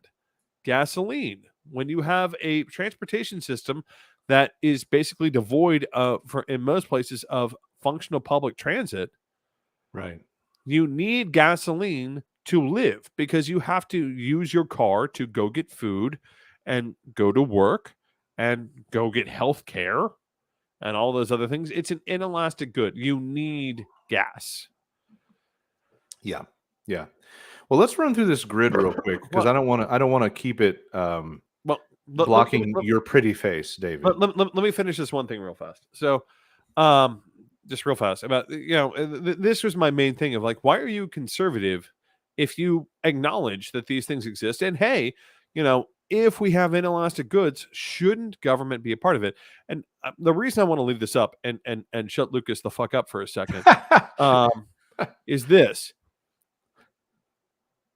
There is a difference, and because we put this up here, social democracy and other monsters. People get really confused about the idea of socialism and social democracy. Right. I like Bush's reaction. Everyone wants to live. I saw the emo. You sure about that, bud? I also want to point out that yes, Bush, you did miss the you missed a whole dump truck full of Musk hate. Yeah, you're gonna have to rewind later to get your Musk hate boner alert. All right. Back to the but the whole point is this. Democratic socialists believe that democracy will lead them into basically communism. That's what democratic socialists believe. Democratic socialists believe that we don't need revolution to lead us into communism. We can evolve there democratically. Social democrats like myself, and I would argue Lucas, believe that we don't need a freaking revolution. We don't need any of this other bullshit. What we need to do is take what we have in front of us and fix it. Yeah. And social democracy is about saying, hey, markets are good. Capitalism, in terms of wanting to build your business, wanting to grow your economy, wanting to make the best product possible and being allowed to do so, all those are good things, right? We don't have to nationalize or make any of that happen. But on the other hand, there have to be guardrails. And the reason I point out, I started out the whole conversation with inelastic versus elastic goods, is the main guardrail always has to be on inelastic goods. If I need something, there has to be some control to make sure that I can get what I need, not want, need. All right, now you can take it down, Lucas. Now That's you can fair. take it down. Yeah, because I would hope by now everyone's reviewed that list if they want to. My favorite thing about that grid is the mocking that it provides, because we spend so much fucking time with the sensational reactionary right. So, shocking shit liberals believe. Women with penises want to use the bathroom or whatever. Like, right. They focus on this fucking garbage when at the end of the day, the main thrust of what liberals, Democrats, the left, etc., all tend to want are these very relatable basics. That's why I started keeping that list. I told you years ago about my list of stuff that surely we could all agree on. And I imagine it should probably include that whole grid. But one of my items was lobbying. Now, I think, David, you and I may differ on my hardline federalist approach. I want a law against lobbying for any organization, and lobbying to only be reserved as an individual right. Again, from my experience working in Congress, I would say this. The Congressional Research Service is great. If you are deep in the spectrum and you need a job, the Congressional Research Service is the job for you. Because I, admittedly, on a very bad prank, have unfortunately apparently abused some people on the spectrum to satisfy a bet, which I won. I fucking won that bet. But I mean, these people, if you ask them a question, they will do all sorts of research and investigate it and bring you all the information. But the problem is you have to ask the question from the Congressional Research Service. Right. One of the things that lobbyists do when they're working their job is they will actually in some ways help you ask a question you didn't maybe know you needed to ask. Right. Honestly, I would have never understood as much as I and now I do understand as much as I do about concrete versus asphalt highways. Yes, this is a topic of great annoyance. But on the other hand, as a Nashvilleian, see, for years, 440 was a concrete-based highway. Yeah, concrete-based road. Now we've switched to asphalt. But there are questions that you should ask. Though, like it's kind of a beigey. It's full on concrete now. Or not concrete, full on asphalt now. All I know is when they finished that shit up, it was like butter. Well, now that was a place that Leadfoot Lucas enjoyed. But yes, I mean, but the thing is, I would not have known. You might not think 440 has any thrilling curves, but if you think 440 is plenty of thrilling curves. If you think 440 doesn't have thrilling curves, you're not going fast enough, son. Anyway, back to the point. There's pros and cons, right? So concrete doesn't handle winter weather as well, but on the other hand, it can be replaced in sections pretty quick.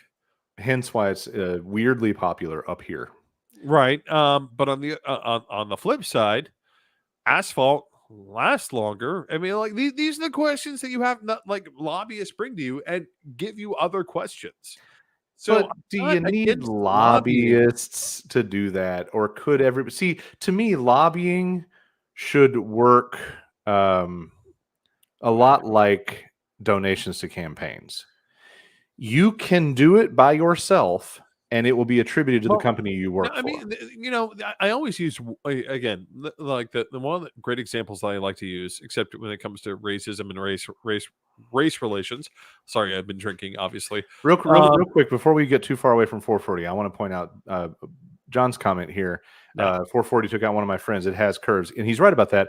The other improvement they've made to that roadway has been a safety upgrade. So yeah, there has been significant safety upgrades. And for the record, for the Cletuses and Bubbas in the back in Nashville that never could get it through their head, 440, who are obviously watching our show, right? Yeah, if we haven't run them off by now, then they're not Bubbas. For those in the back, 440 is and never was a city of Nashville fault of the council or the mayor situation. It was always a state TDOT problem. Right. One of the things that I think you need, if you don't know someone's perspective, then you don't know to ask the question. Fair. Right. This is my point about lobbyists. If you don't know someone's perspective, if you don't know someone's out there selling something, if someone's out there selling leather satchels, right? Saying, oh, you should come buy a leather satchel. Right. If you don't know that leather satchels exist, do you know to ask, hey, what sort of leather satchels are there? And now that I've asked what sort of leather satchels there are, is there another material we can use? Is there a different strap design? Like, I'm saying, I've been shopping for a briefcase, right?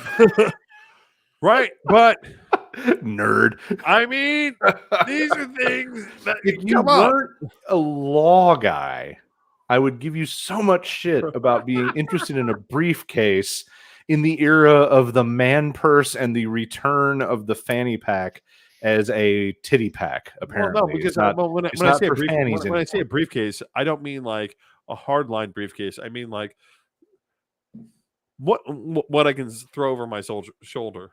So you're talking about a messenger bag? Yeah, I do. Jesus Christ! Learn your hipster glossary. Fucking A. Well, no, I actually recently had to do an entire investigation on gallon vacuum sealed drink containers. Here we are. Why? So, why?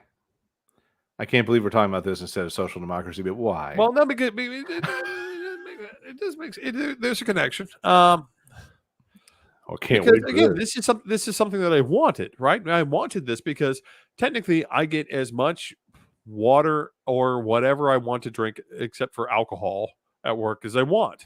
Right. But the problem is I'm moving around a lot. Yeah. I'm running around a ton, and I need something that is big enough that if I don't ever have to, in the course of my entire shift, sit down and refill. Okay, I get it. All right, that makes perfect sense. But number two, it has to be cold. When I go to reach for it, because otherwise it's not going to help. It's not going to help me a lot. So which Yeti product are you? I did not buy Yeti. I bought Yeti's bastard cousin Arctic. Oh, is that the whale tail looking thing? No, it's the polar bear. Okay. Because I'm trying to remember who the competitor recommended it to me. I became a Yeti loyalist when my job gave me Yeti was just too fucking expensive. Arctic was half the price. It is easy to say I like Yeti because I got a free one, right? But I'm looking at this. There is a brand that I think is Nashville based, and one of our folks might comment on it if they know. But I'm looking it up right now. I think it's got like a whale logo. Let's see: Bison, Siberian, Canyon, Igloo, Coleman, Orca. That's it. Orca. You know, whale. Duh. That's not a brand failure. That's a memory failure. Well, Martha Stewart recommended Arctic to me, so that's what I bought. Oh, all right. Well, I mean, Martha Stewart rolls with Snoop, so I guess you gotta. I mean, she's great as shit, but she's also not a liar. I mean, I don't know what to tell you. Orca is USA made. I think they're intended. Yeah, they're in Antioch, man. Straight up. Wow. Well, I mean, mine unfortunately was made in China. Company. It cost not nearly as much as a Yeti. Well, shame on you. No, just kidding. I'm not gonna hand those assholes that amount of money for a fucking name brand. No, I get you. I get it. I just want to point out the whole time that we've been talking. The one thing I have confidence in is I actually did do my research. I did a bunch of like, hey, someone show me how you've used this. And the one thing I was slightly disappointed by is someone swore they left it out in 110-degree heat and the ice was still in the Arctic. I definitely left it up in my upstairs for... You left it in the hot box and it still provided cold. Well, the ice did, however, melt. I was a little disappointed by that. I'm like, when I opened it again, I'm like, oh well. Oh, come on. If the water's still cold, fuck you. It was, however, still cold. It did. What? I don't have it up here anymore. But Olivia points out that your research is not that weird. She's been researching reduced oxygen packaging for meat for not my actual job, but still work stuff. And Bushy, hey, Antioch. Yeah, you're right. And you know, I think my knowledge of Orca came from talking about Yeti with somebody, and they were like, "Oh, dude, you should roll with Orca because it's Nashville based." And I was like, "Oh, well, I didn't know that." But I also got the mine for free. I'm gonna break my own rule simply because my pipe is too fucking clogged. I just want to say real quick while you work on killing yourself slowly. I gotta point out. Gotta speed it up. The reason that I'm trying to give a chance to the new chief here in Grand Rapids is this motherfucker is still standing here talking to people. Oh, that's nice. He's engaging with people that are not his fans, and well, the only way you make people fans is by engaging with them. So. Dude, I gotta hand it to him. I mean, he's earning my respect pretty heavily. I stick by the words I uttered tonight that his boss, the city manager, has run his course and needs to be dismissed. But I'm ready to give the chief a chance. Anyway, so social democracy, not scary. We need to actually go back to the entire point. Social democracy, not scary. It's an actual populist agenda as opposed to the fucking garbage that Trump sells with his fucking snake oil and OAN. Well, because again, you have to remember the key of social democracy is this. Everyone should be able to do whatever the fuck they want within fucking reason. See, until you said within reason, you sounded like a libertarian, but then you applied those limits, and they don't like that. Well, no, I actually, Vice did this entire thing about libertarian anti-vax communes in Mexico the other day, and it was absolutely hilarious. By the way, if you're a libertarian watching our show, get help. Get help now. I was going to say go away, but okay, that works. No, we don't want them to go away. We want them to maybe learn something. Jesus, fuck. I mean, we'd hope. But on the other hand, I'm just saying, like, there's a therapist somewhere near you who wants to help you. I mean, I don't know. I don't know. Republicans, I want to reach out to. Conservatives, maybe I kind of want to reach out to. Libertarians, listen. We gotta have a talk.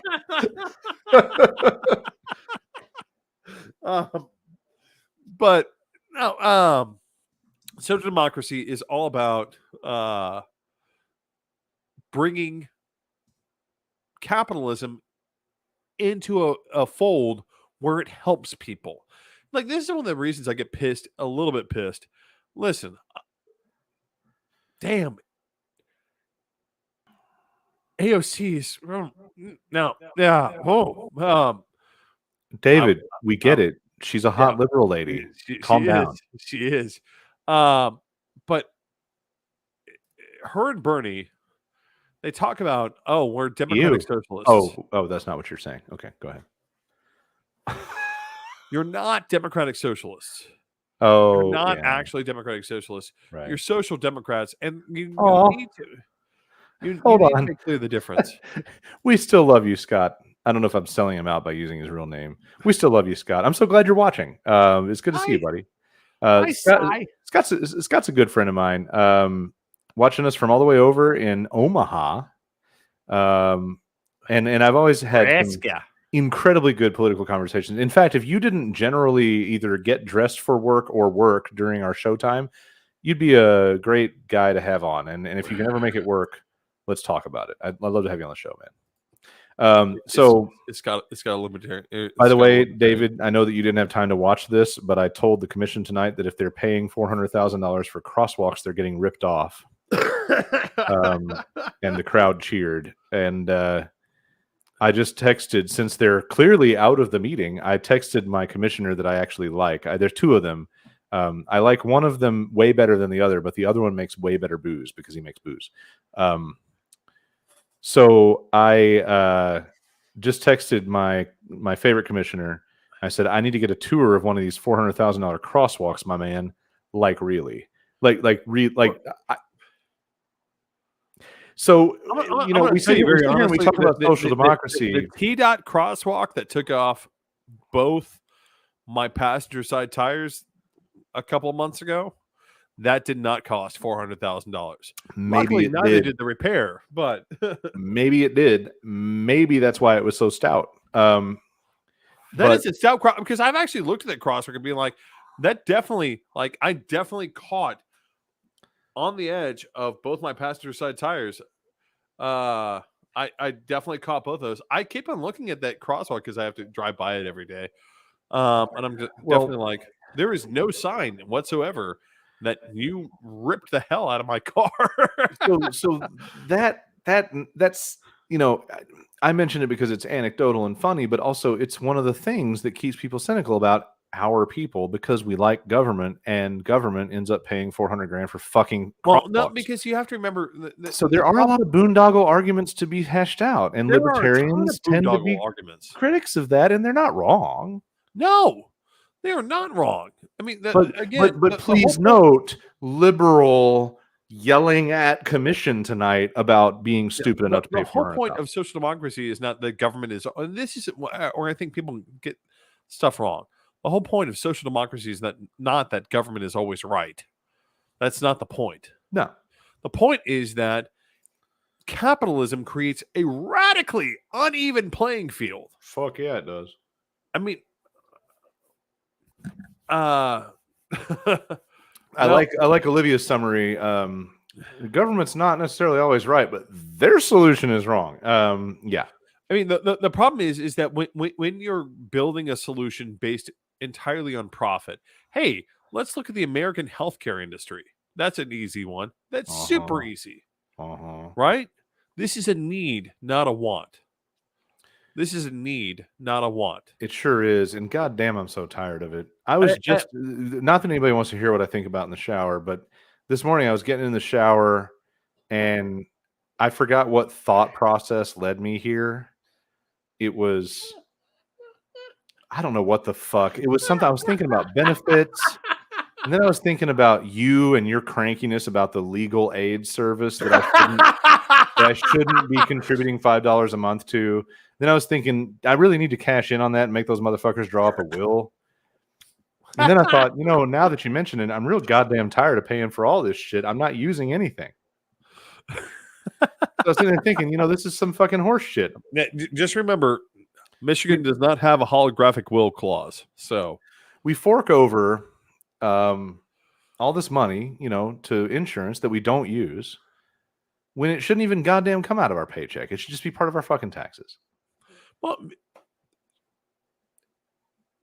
roads, schools, and also I want to point out lots of places. And one of the things I'm astonished by regularly is how,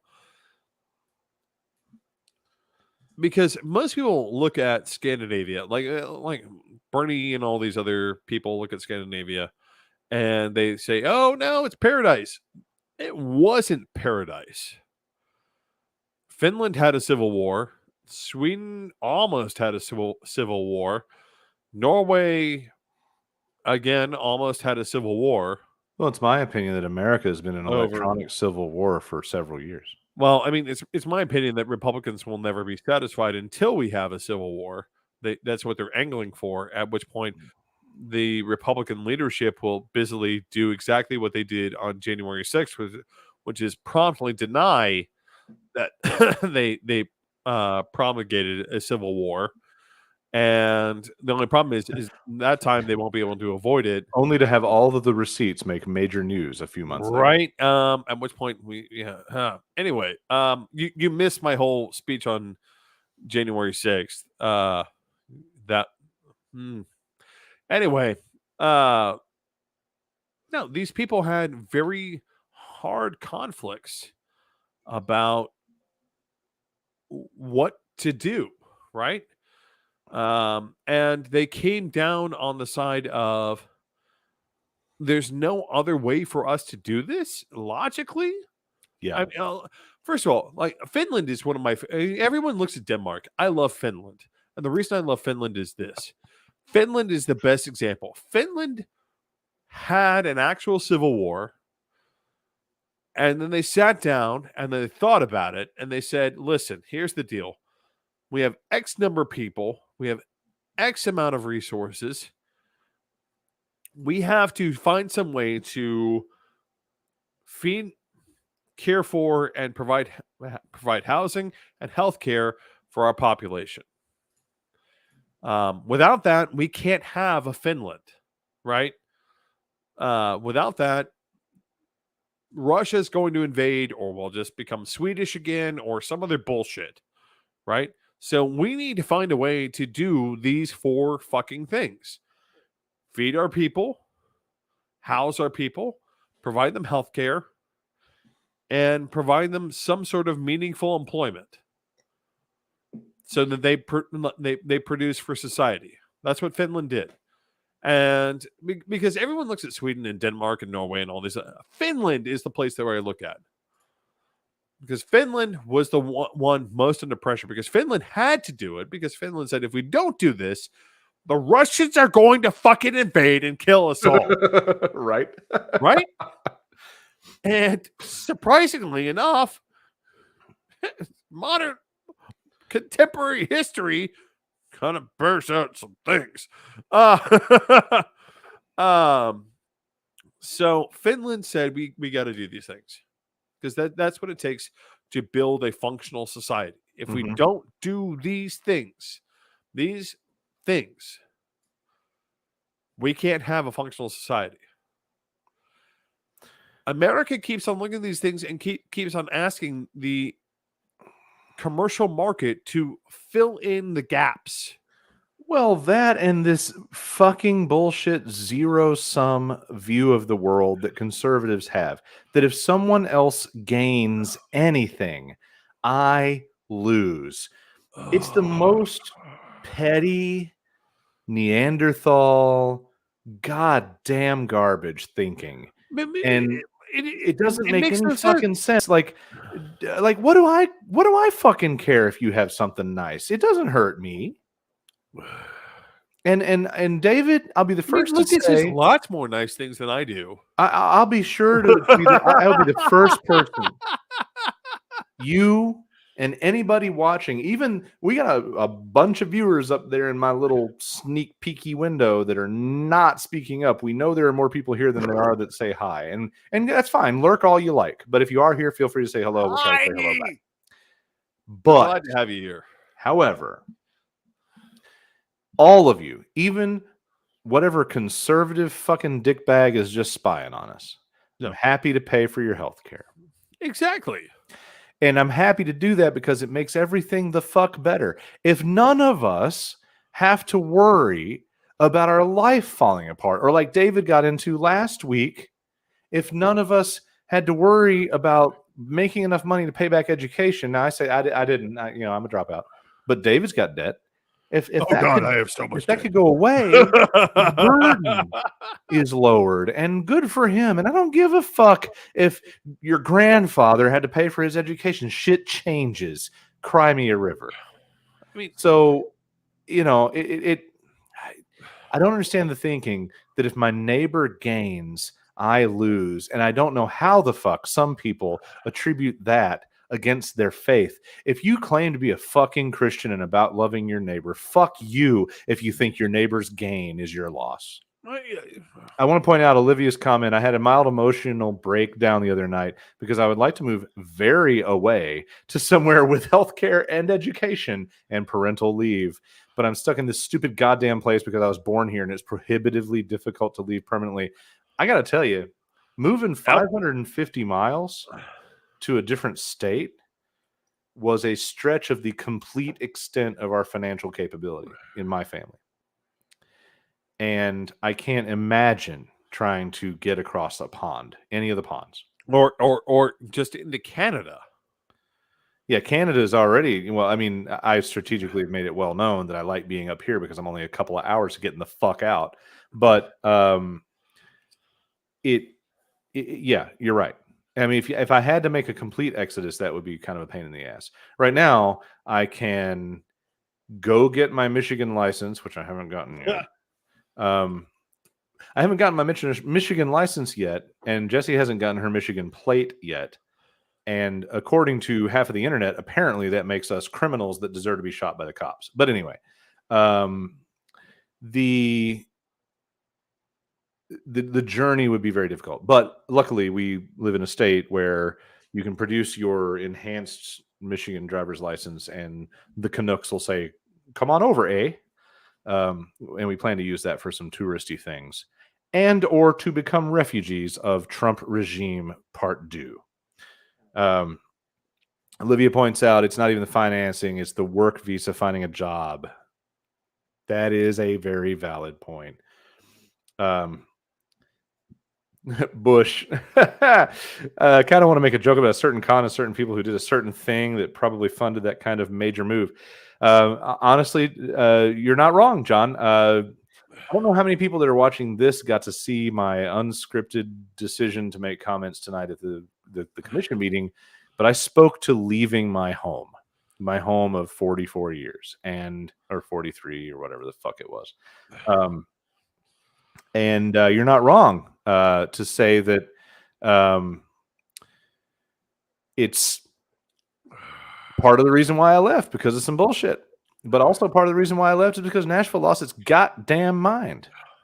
And that's what I was trying to warn our commission here about. And Nashville lost its goddamn mind. Useless trivia, but also very enjoyable. Michigan is the only state where you can drive south to Canada. Truth, I'm still learning my Michigan geography, but it's been a really wonderful experience. In fact, Scott is a Michigan originator. You should come visit us here. We should have a grand old Michigan time. Anyway, we are so far over the limit. We also have a large amount of viewers for this point in our time. I know. Lucas, do you mind if we keep going a little bit? We can give it a couple of we can give it a couple more minutes. Scott says, just hold up your hand. So for those that don't, if you've never talked to a Michigander, this is the map. And I live. This is hard to do on a reflection of a backward. I live. Well, no, you gotta hold up the hand and then go. Hold on. For those that don't understand, Chicago is ahead. I see it. Anyway. Well, no, you got to hold the hand and then go. Like you have to mirror me. Oh, right. You got to get the upper minute. Sorry, I've completely left out the Yoopers. The Yoopers. Let's not leave out those wild and crazy weirdos. Dude, Jesse's dad is a Yooper. That's your family. Jesse's dad is a Yooper. I'm 99% sure that he has a big white beard that's about this long. And he's the most charming, hysterical weirdo in the world, and I just adore him. He started talking about getting Alexander a girlfriend a few years ago. He said, we're going to introduce you to one of them Inuit girls. And I about fell out. What the hell? It's a different place up there. Anyway, so it's like East Tennessee. In a weird way. It is. It's East Tennessee. It is East Tennessee.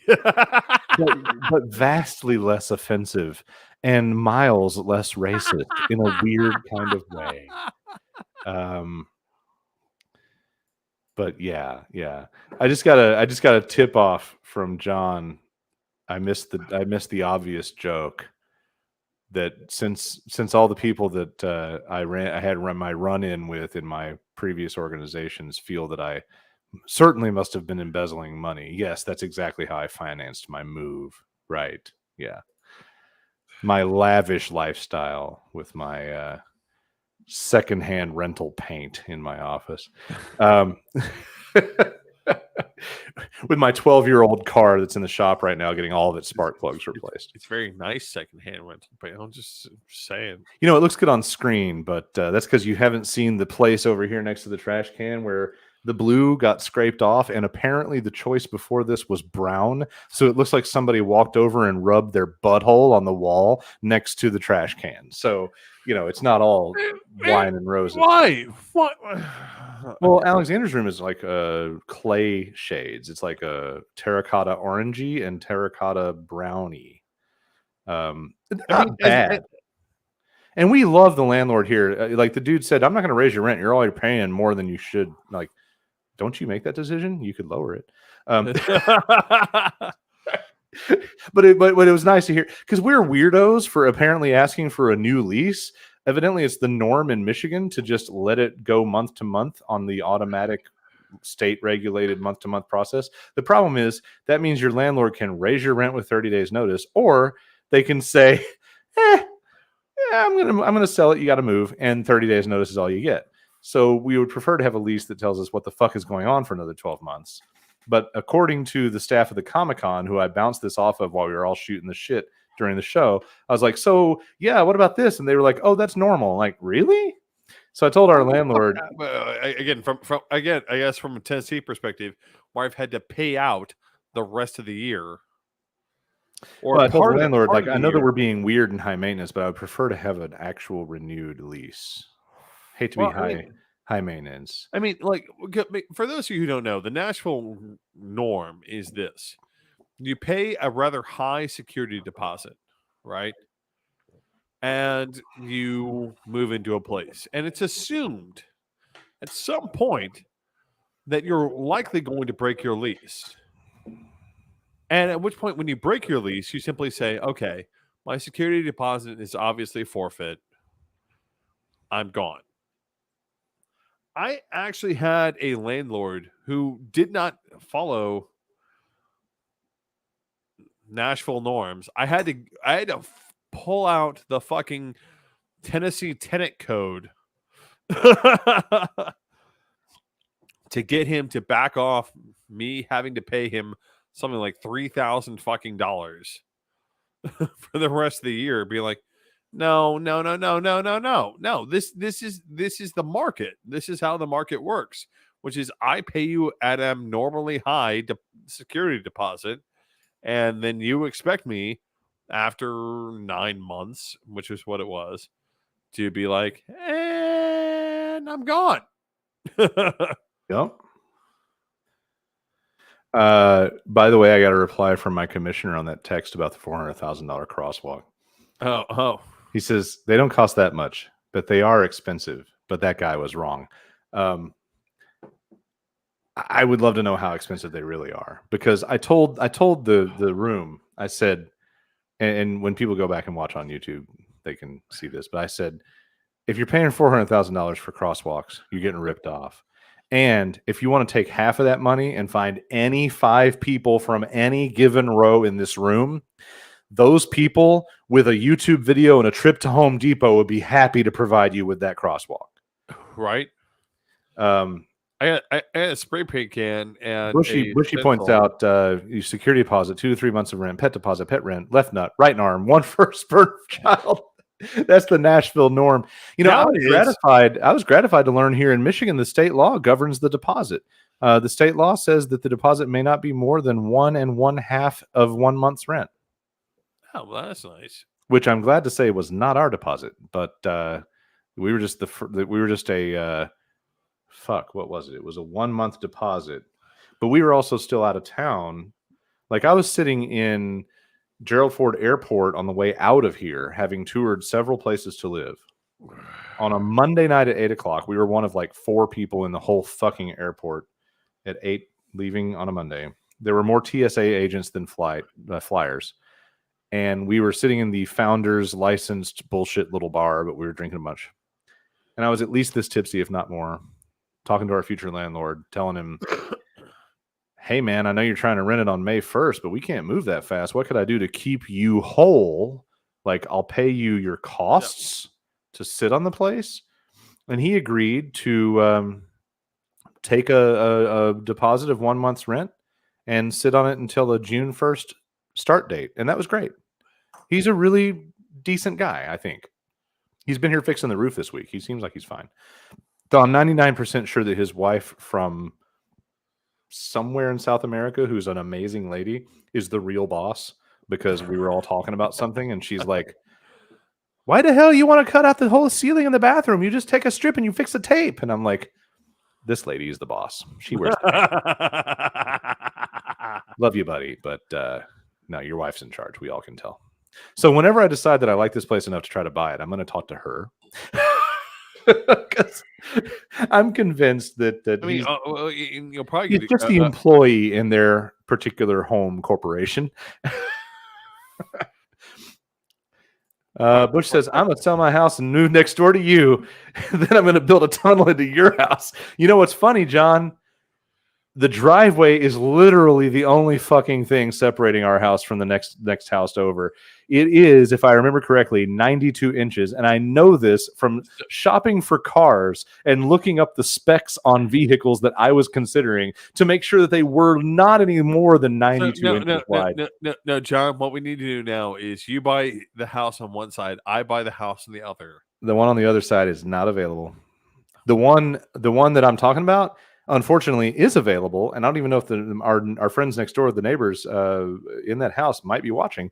But apparently, their landlord decided to be a totally fucking cunty bastard and told them they could renew, and then has done a 180 and is selling. Because I texted her, I said, I am giving a long side eye to some random white bitches looking at your house today. To be clear, they're also white folks, but there was a basic white girl thing happening in this shared driveway place, and I was like, "What the fuck is this shit?" So yeah, it ain't far. Like, these two houses have share your internet written all over them. So we need to get actually back to the fucking point, because like we're way over fucking yeah. time. Let's find a way to close out this social democracy thing. Yeah. So anyway, before John Bush gets more weird and gross than me being the meat in the middle. Yeah, it will. Yeah, it will. No, okay, that's gross. But I mean, the whole point is this: that right now, what most people are arguing for is social democracy. Is this idea that equality should matter, right? That we should have a living wage, that we should be able to afford healthcare, someplace to live, all these other basic necessities of fucking civilization that are not being provided right now. I mean, at my work, at many other people's work, if you want to know why your restaurant doesn't have enough people to work at, it's because they don't provide enough for people to live.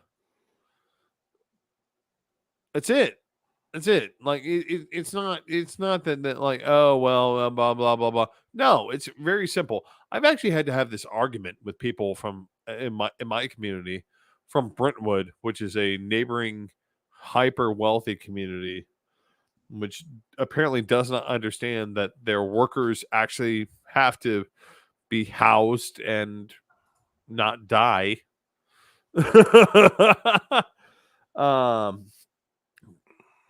mean, we're hitting it. We're hitting a inflection point here in America. I would argue that we're hitting an inflection point, at which point we have to start feeding, housing, and clothing, and providing healthcare for the people who do all the things that we want them to do. Right? Right. If you want someone to fix your car, they have to actually have a place to live, bro. And not you have starve. no idea, dude. I literally had this conversation with the service manager at the Acura dealer today. I brought my car in a week ago. It hadn't been seen yet. And so I wrote them and by Lucas standards, this was the goddamn Magna Carta. I wrote a very diplomatic email. where I explained. By the way, this is probably one of the most insulting emails you've ever seen in your entire fucking life. If Lucas is calling it Magna Carta. No, I've written 2 emails this week that were super kind and really nice. And one is to the elementary school that's at the end of the block. How do I know Lucas is lying? No. Jesse's been copied. She can vouch. But I wrote to all the people in the apparatus of the Acura dealer asking them to please figure out how to look at the car. Like, it's been there for a week. I told them to take their time and thoroughly diagnose it, but I didn't mean take your time to get around to looking at it. And the guy called and he was super cool. And he's talking about how they've got like only so many people that are working. And then a couple of them are on vacation and one guy's been sick for a month and all this kind of shit. And I told him, I said, I understand you can't just go on the sidewalk and recruit a certified Acura technician. I get that. I know that this is not just like the chick answering the phone in the lobby. I understand that you are facing this challenge. It's absolutely fine. It's just the fact that like your online system appears to only be for governing the flow of vehicles through the check-in, when you should have a system that's aware of the fact that you can't get to my car for a week. I'd have just checked it in fucking Monday if I knew you weren't going to look at it until today. Right. So you are absolutely speaking the truth. Like, everything all the way to that has suffered. And we're reaching that point where the thing that a lot of us, David, you and me and several thousand, 100,000 fucking millions of other people have been talking about. Millions. What happens when no one will work for you or can afford to work for you? Even coming out of that meeting tonight, a guy was asking me, isn't there a thing where cops have to like live in the community they work? No. And there can't be, because they can't fucking afford to. Well, because in Nashville, they can't fucking afford to. Ironically, not a single manager at my job can afford to live inside Davidson County. Not a single one. Except for one, the general manager. The general manager can afford it. He lives in Antioch, which, if you don't know, Nashville is... Yeah, it's a mixed bag. It's a mixed bag. So I mean, the fact that no one else can afford to live here. More importantly, this is one of the things that's killing us. Is this? Not a single line cook can afford to live inside the county. Not a single one. Not one line cook can afford to live in the county. Even with roommates. Doesn't matter. Can't afford. Yeah. I got a line cook who actually, God well, damn. I mean, let's break that down real quick. No. I want to come back to this. I got a line cook. He's seriously one of the most inventive fucking bastards ever. He lives out of a van. Ugh. Period. And let's be clear. I'm in opposition to van life. If you think it's I mean, like this is not if like, you think it's going to be your cute little way to get popular on the internet, and you end up killing your girlfriend. But when it's van life by necessity, that's just fucking fucked up. Yeah, no. This is not cute van life. This is like he's like scrounging for propane tanks to, like, in winter, he was scrounging for propane tanks to feed his heater. Yeah. So that he wouldn't freeze to death. So let's break that down real quick. And you don't need to sell anybody out, but what's the general pay for a line cook at the unnamed restaurant organization? Right. That you work I keep on making a point. Like I will not name them. If minimal effort should be about $15.50 an hour. Okay. And are they full time? Yeah, that'd be full time. Okay, so 15. Well, and I want to clarify. They're going to hit OT. There is no way that they won't hit OT. So while they're slightly dying from being above wet bulb temperature in the back, dude, that blows. That's $620 a week, and that's before taxes. Yeah. So let's carry that one out. Let's Well, no. Like, let's remember that's before taxes. No, Now let's take a house. Most of them are walking away with about $750 a week. Okay, fine, $750 a week. Now, you and a lot of people that know me know that we lived within, I would say, what, a mile and a half of your employment. Yeah. So let's say you wanted to live that close. You could live in the hood around TSU. The house we were in was 12-ish when we left, and it's been bumped up to 16. So that's $1,600 a month. There's no fucking way that one person is doing that. So now they got to have a roommate. Yeah. Now, in my particular place that we moved out of, you could comfortably have 3 people live there and not have to be up each other's ass. Uncomfortably, you could have 5 people live there. Yeah. Because 3 would be 1 on each floor. And then 5 would be literally 1 in every possible bed-bearing space. Yeah. With a common living room and you a have to jacked the fuck up kitchen. Food, like the critical elements are food. How do you feed everyone? Yeah. Healthcare. Let's assume 3 of these line cooks. So what is let's see, 750 times 4. So we're doing 3,000, and then that's 9,000. All right, 9,000 minus 1,600. The answer is 7,000. Minus 1,500. Yep. It's 5,900. Minus 1,000. Yep. It's 4,900. Minus 2,000. The answer is 2,900. Minus 600. Oh, by the way, you have to remember cell phone, internet. Oh, I just did some like bullshit ballpark, like health insurance, cars and car insurance. And internet and connectivity. Yeah. I'm down to 2,300. I haven't tackled utilities.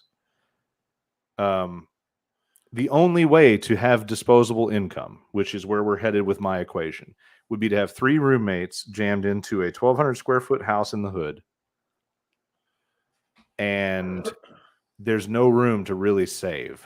That's the big thing. Yeah, no, there is absolutely not. The fucking mythology that boomers like to tell the rest of us, and I will say rest of us in solidarity with you, Gen Y folks, as a Gen Xer, because the boomers are full of shit. You can't goddamn save anything. All you can do is get by. So now you're going to have to work until you're 79 as a Walmart greeter or whatever it takes to pay your minimal fucking needs. And you probably die on the fucking welcome mat a la Papa W. So yeah, it's not a sustainable equation. And it translates to everything. Like the guy that was asking me tonight after the meeting in the lobby. No, because also it doesn't cover incidentals. Like right. One of the things that shit that happens. One of the things or I didn't factor a car payment into that.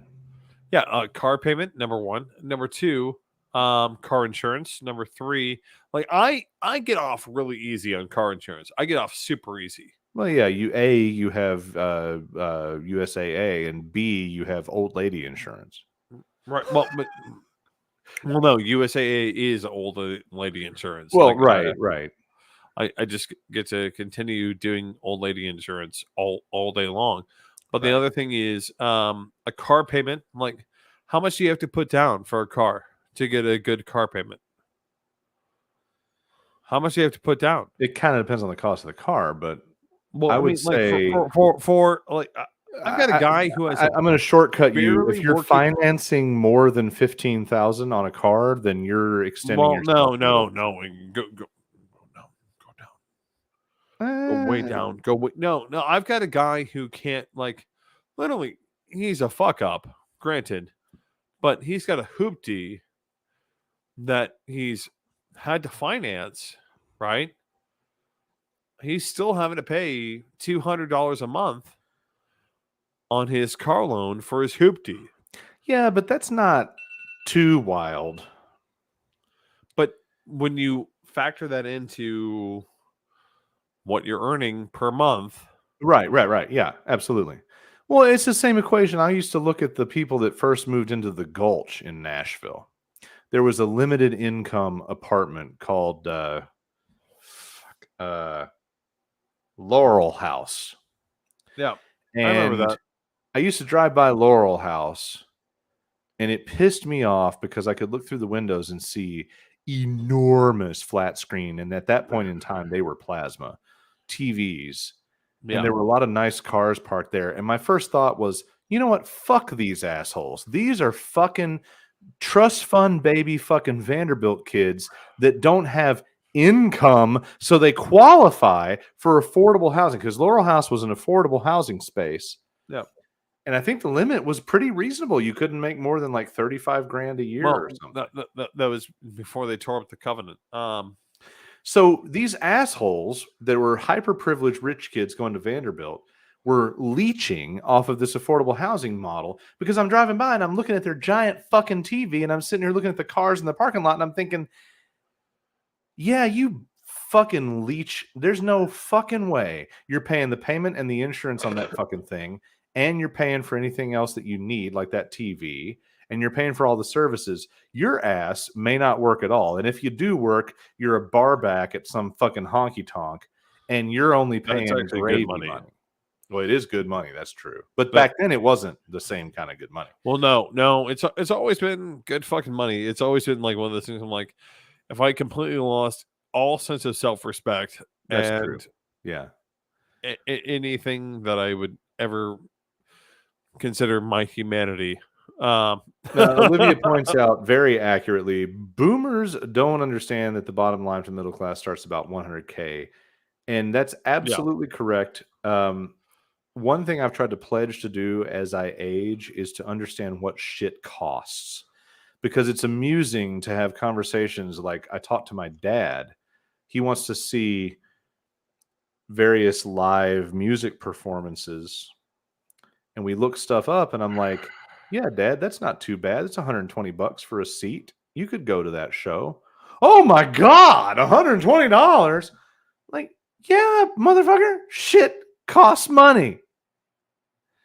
And so the one thing I want to do as I get old is remember that shit costs money.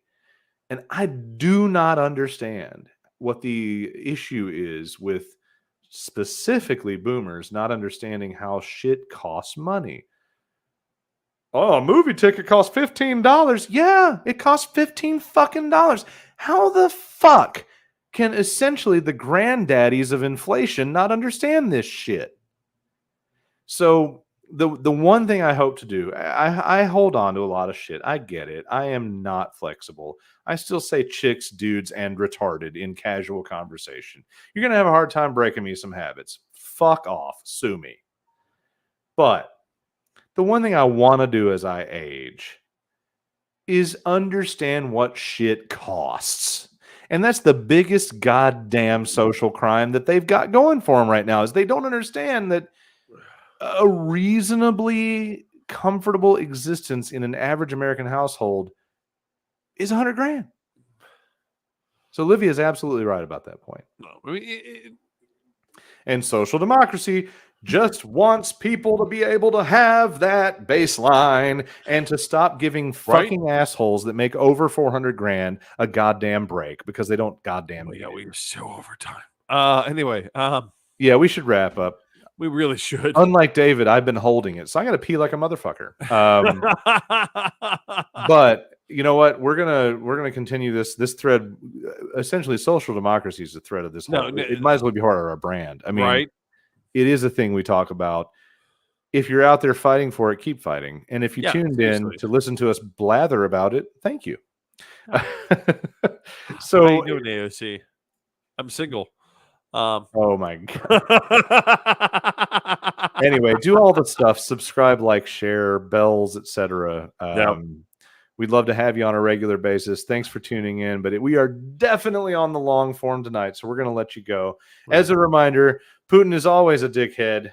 and Wait, Slava Ukraini. Put the video up. Put it up. We got to throw the video in here. We won't make you sit through the whole thing, but.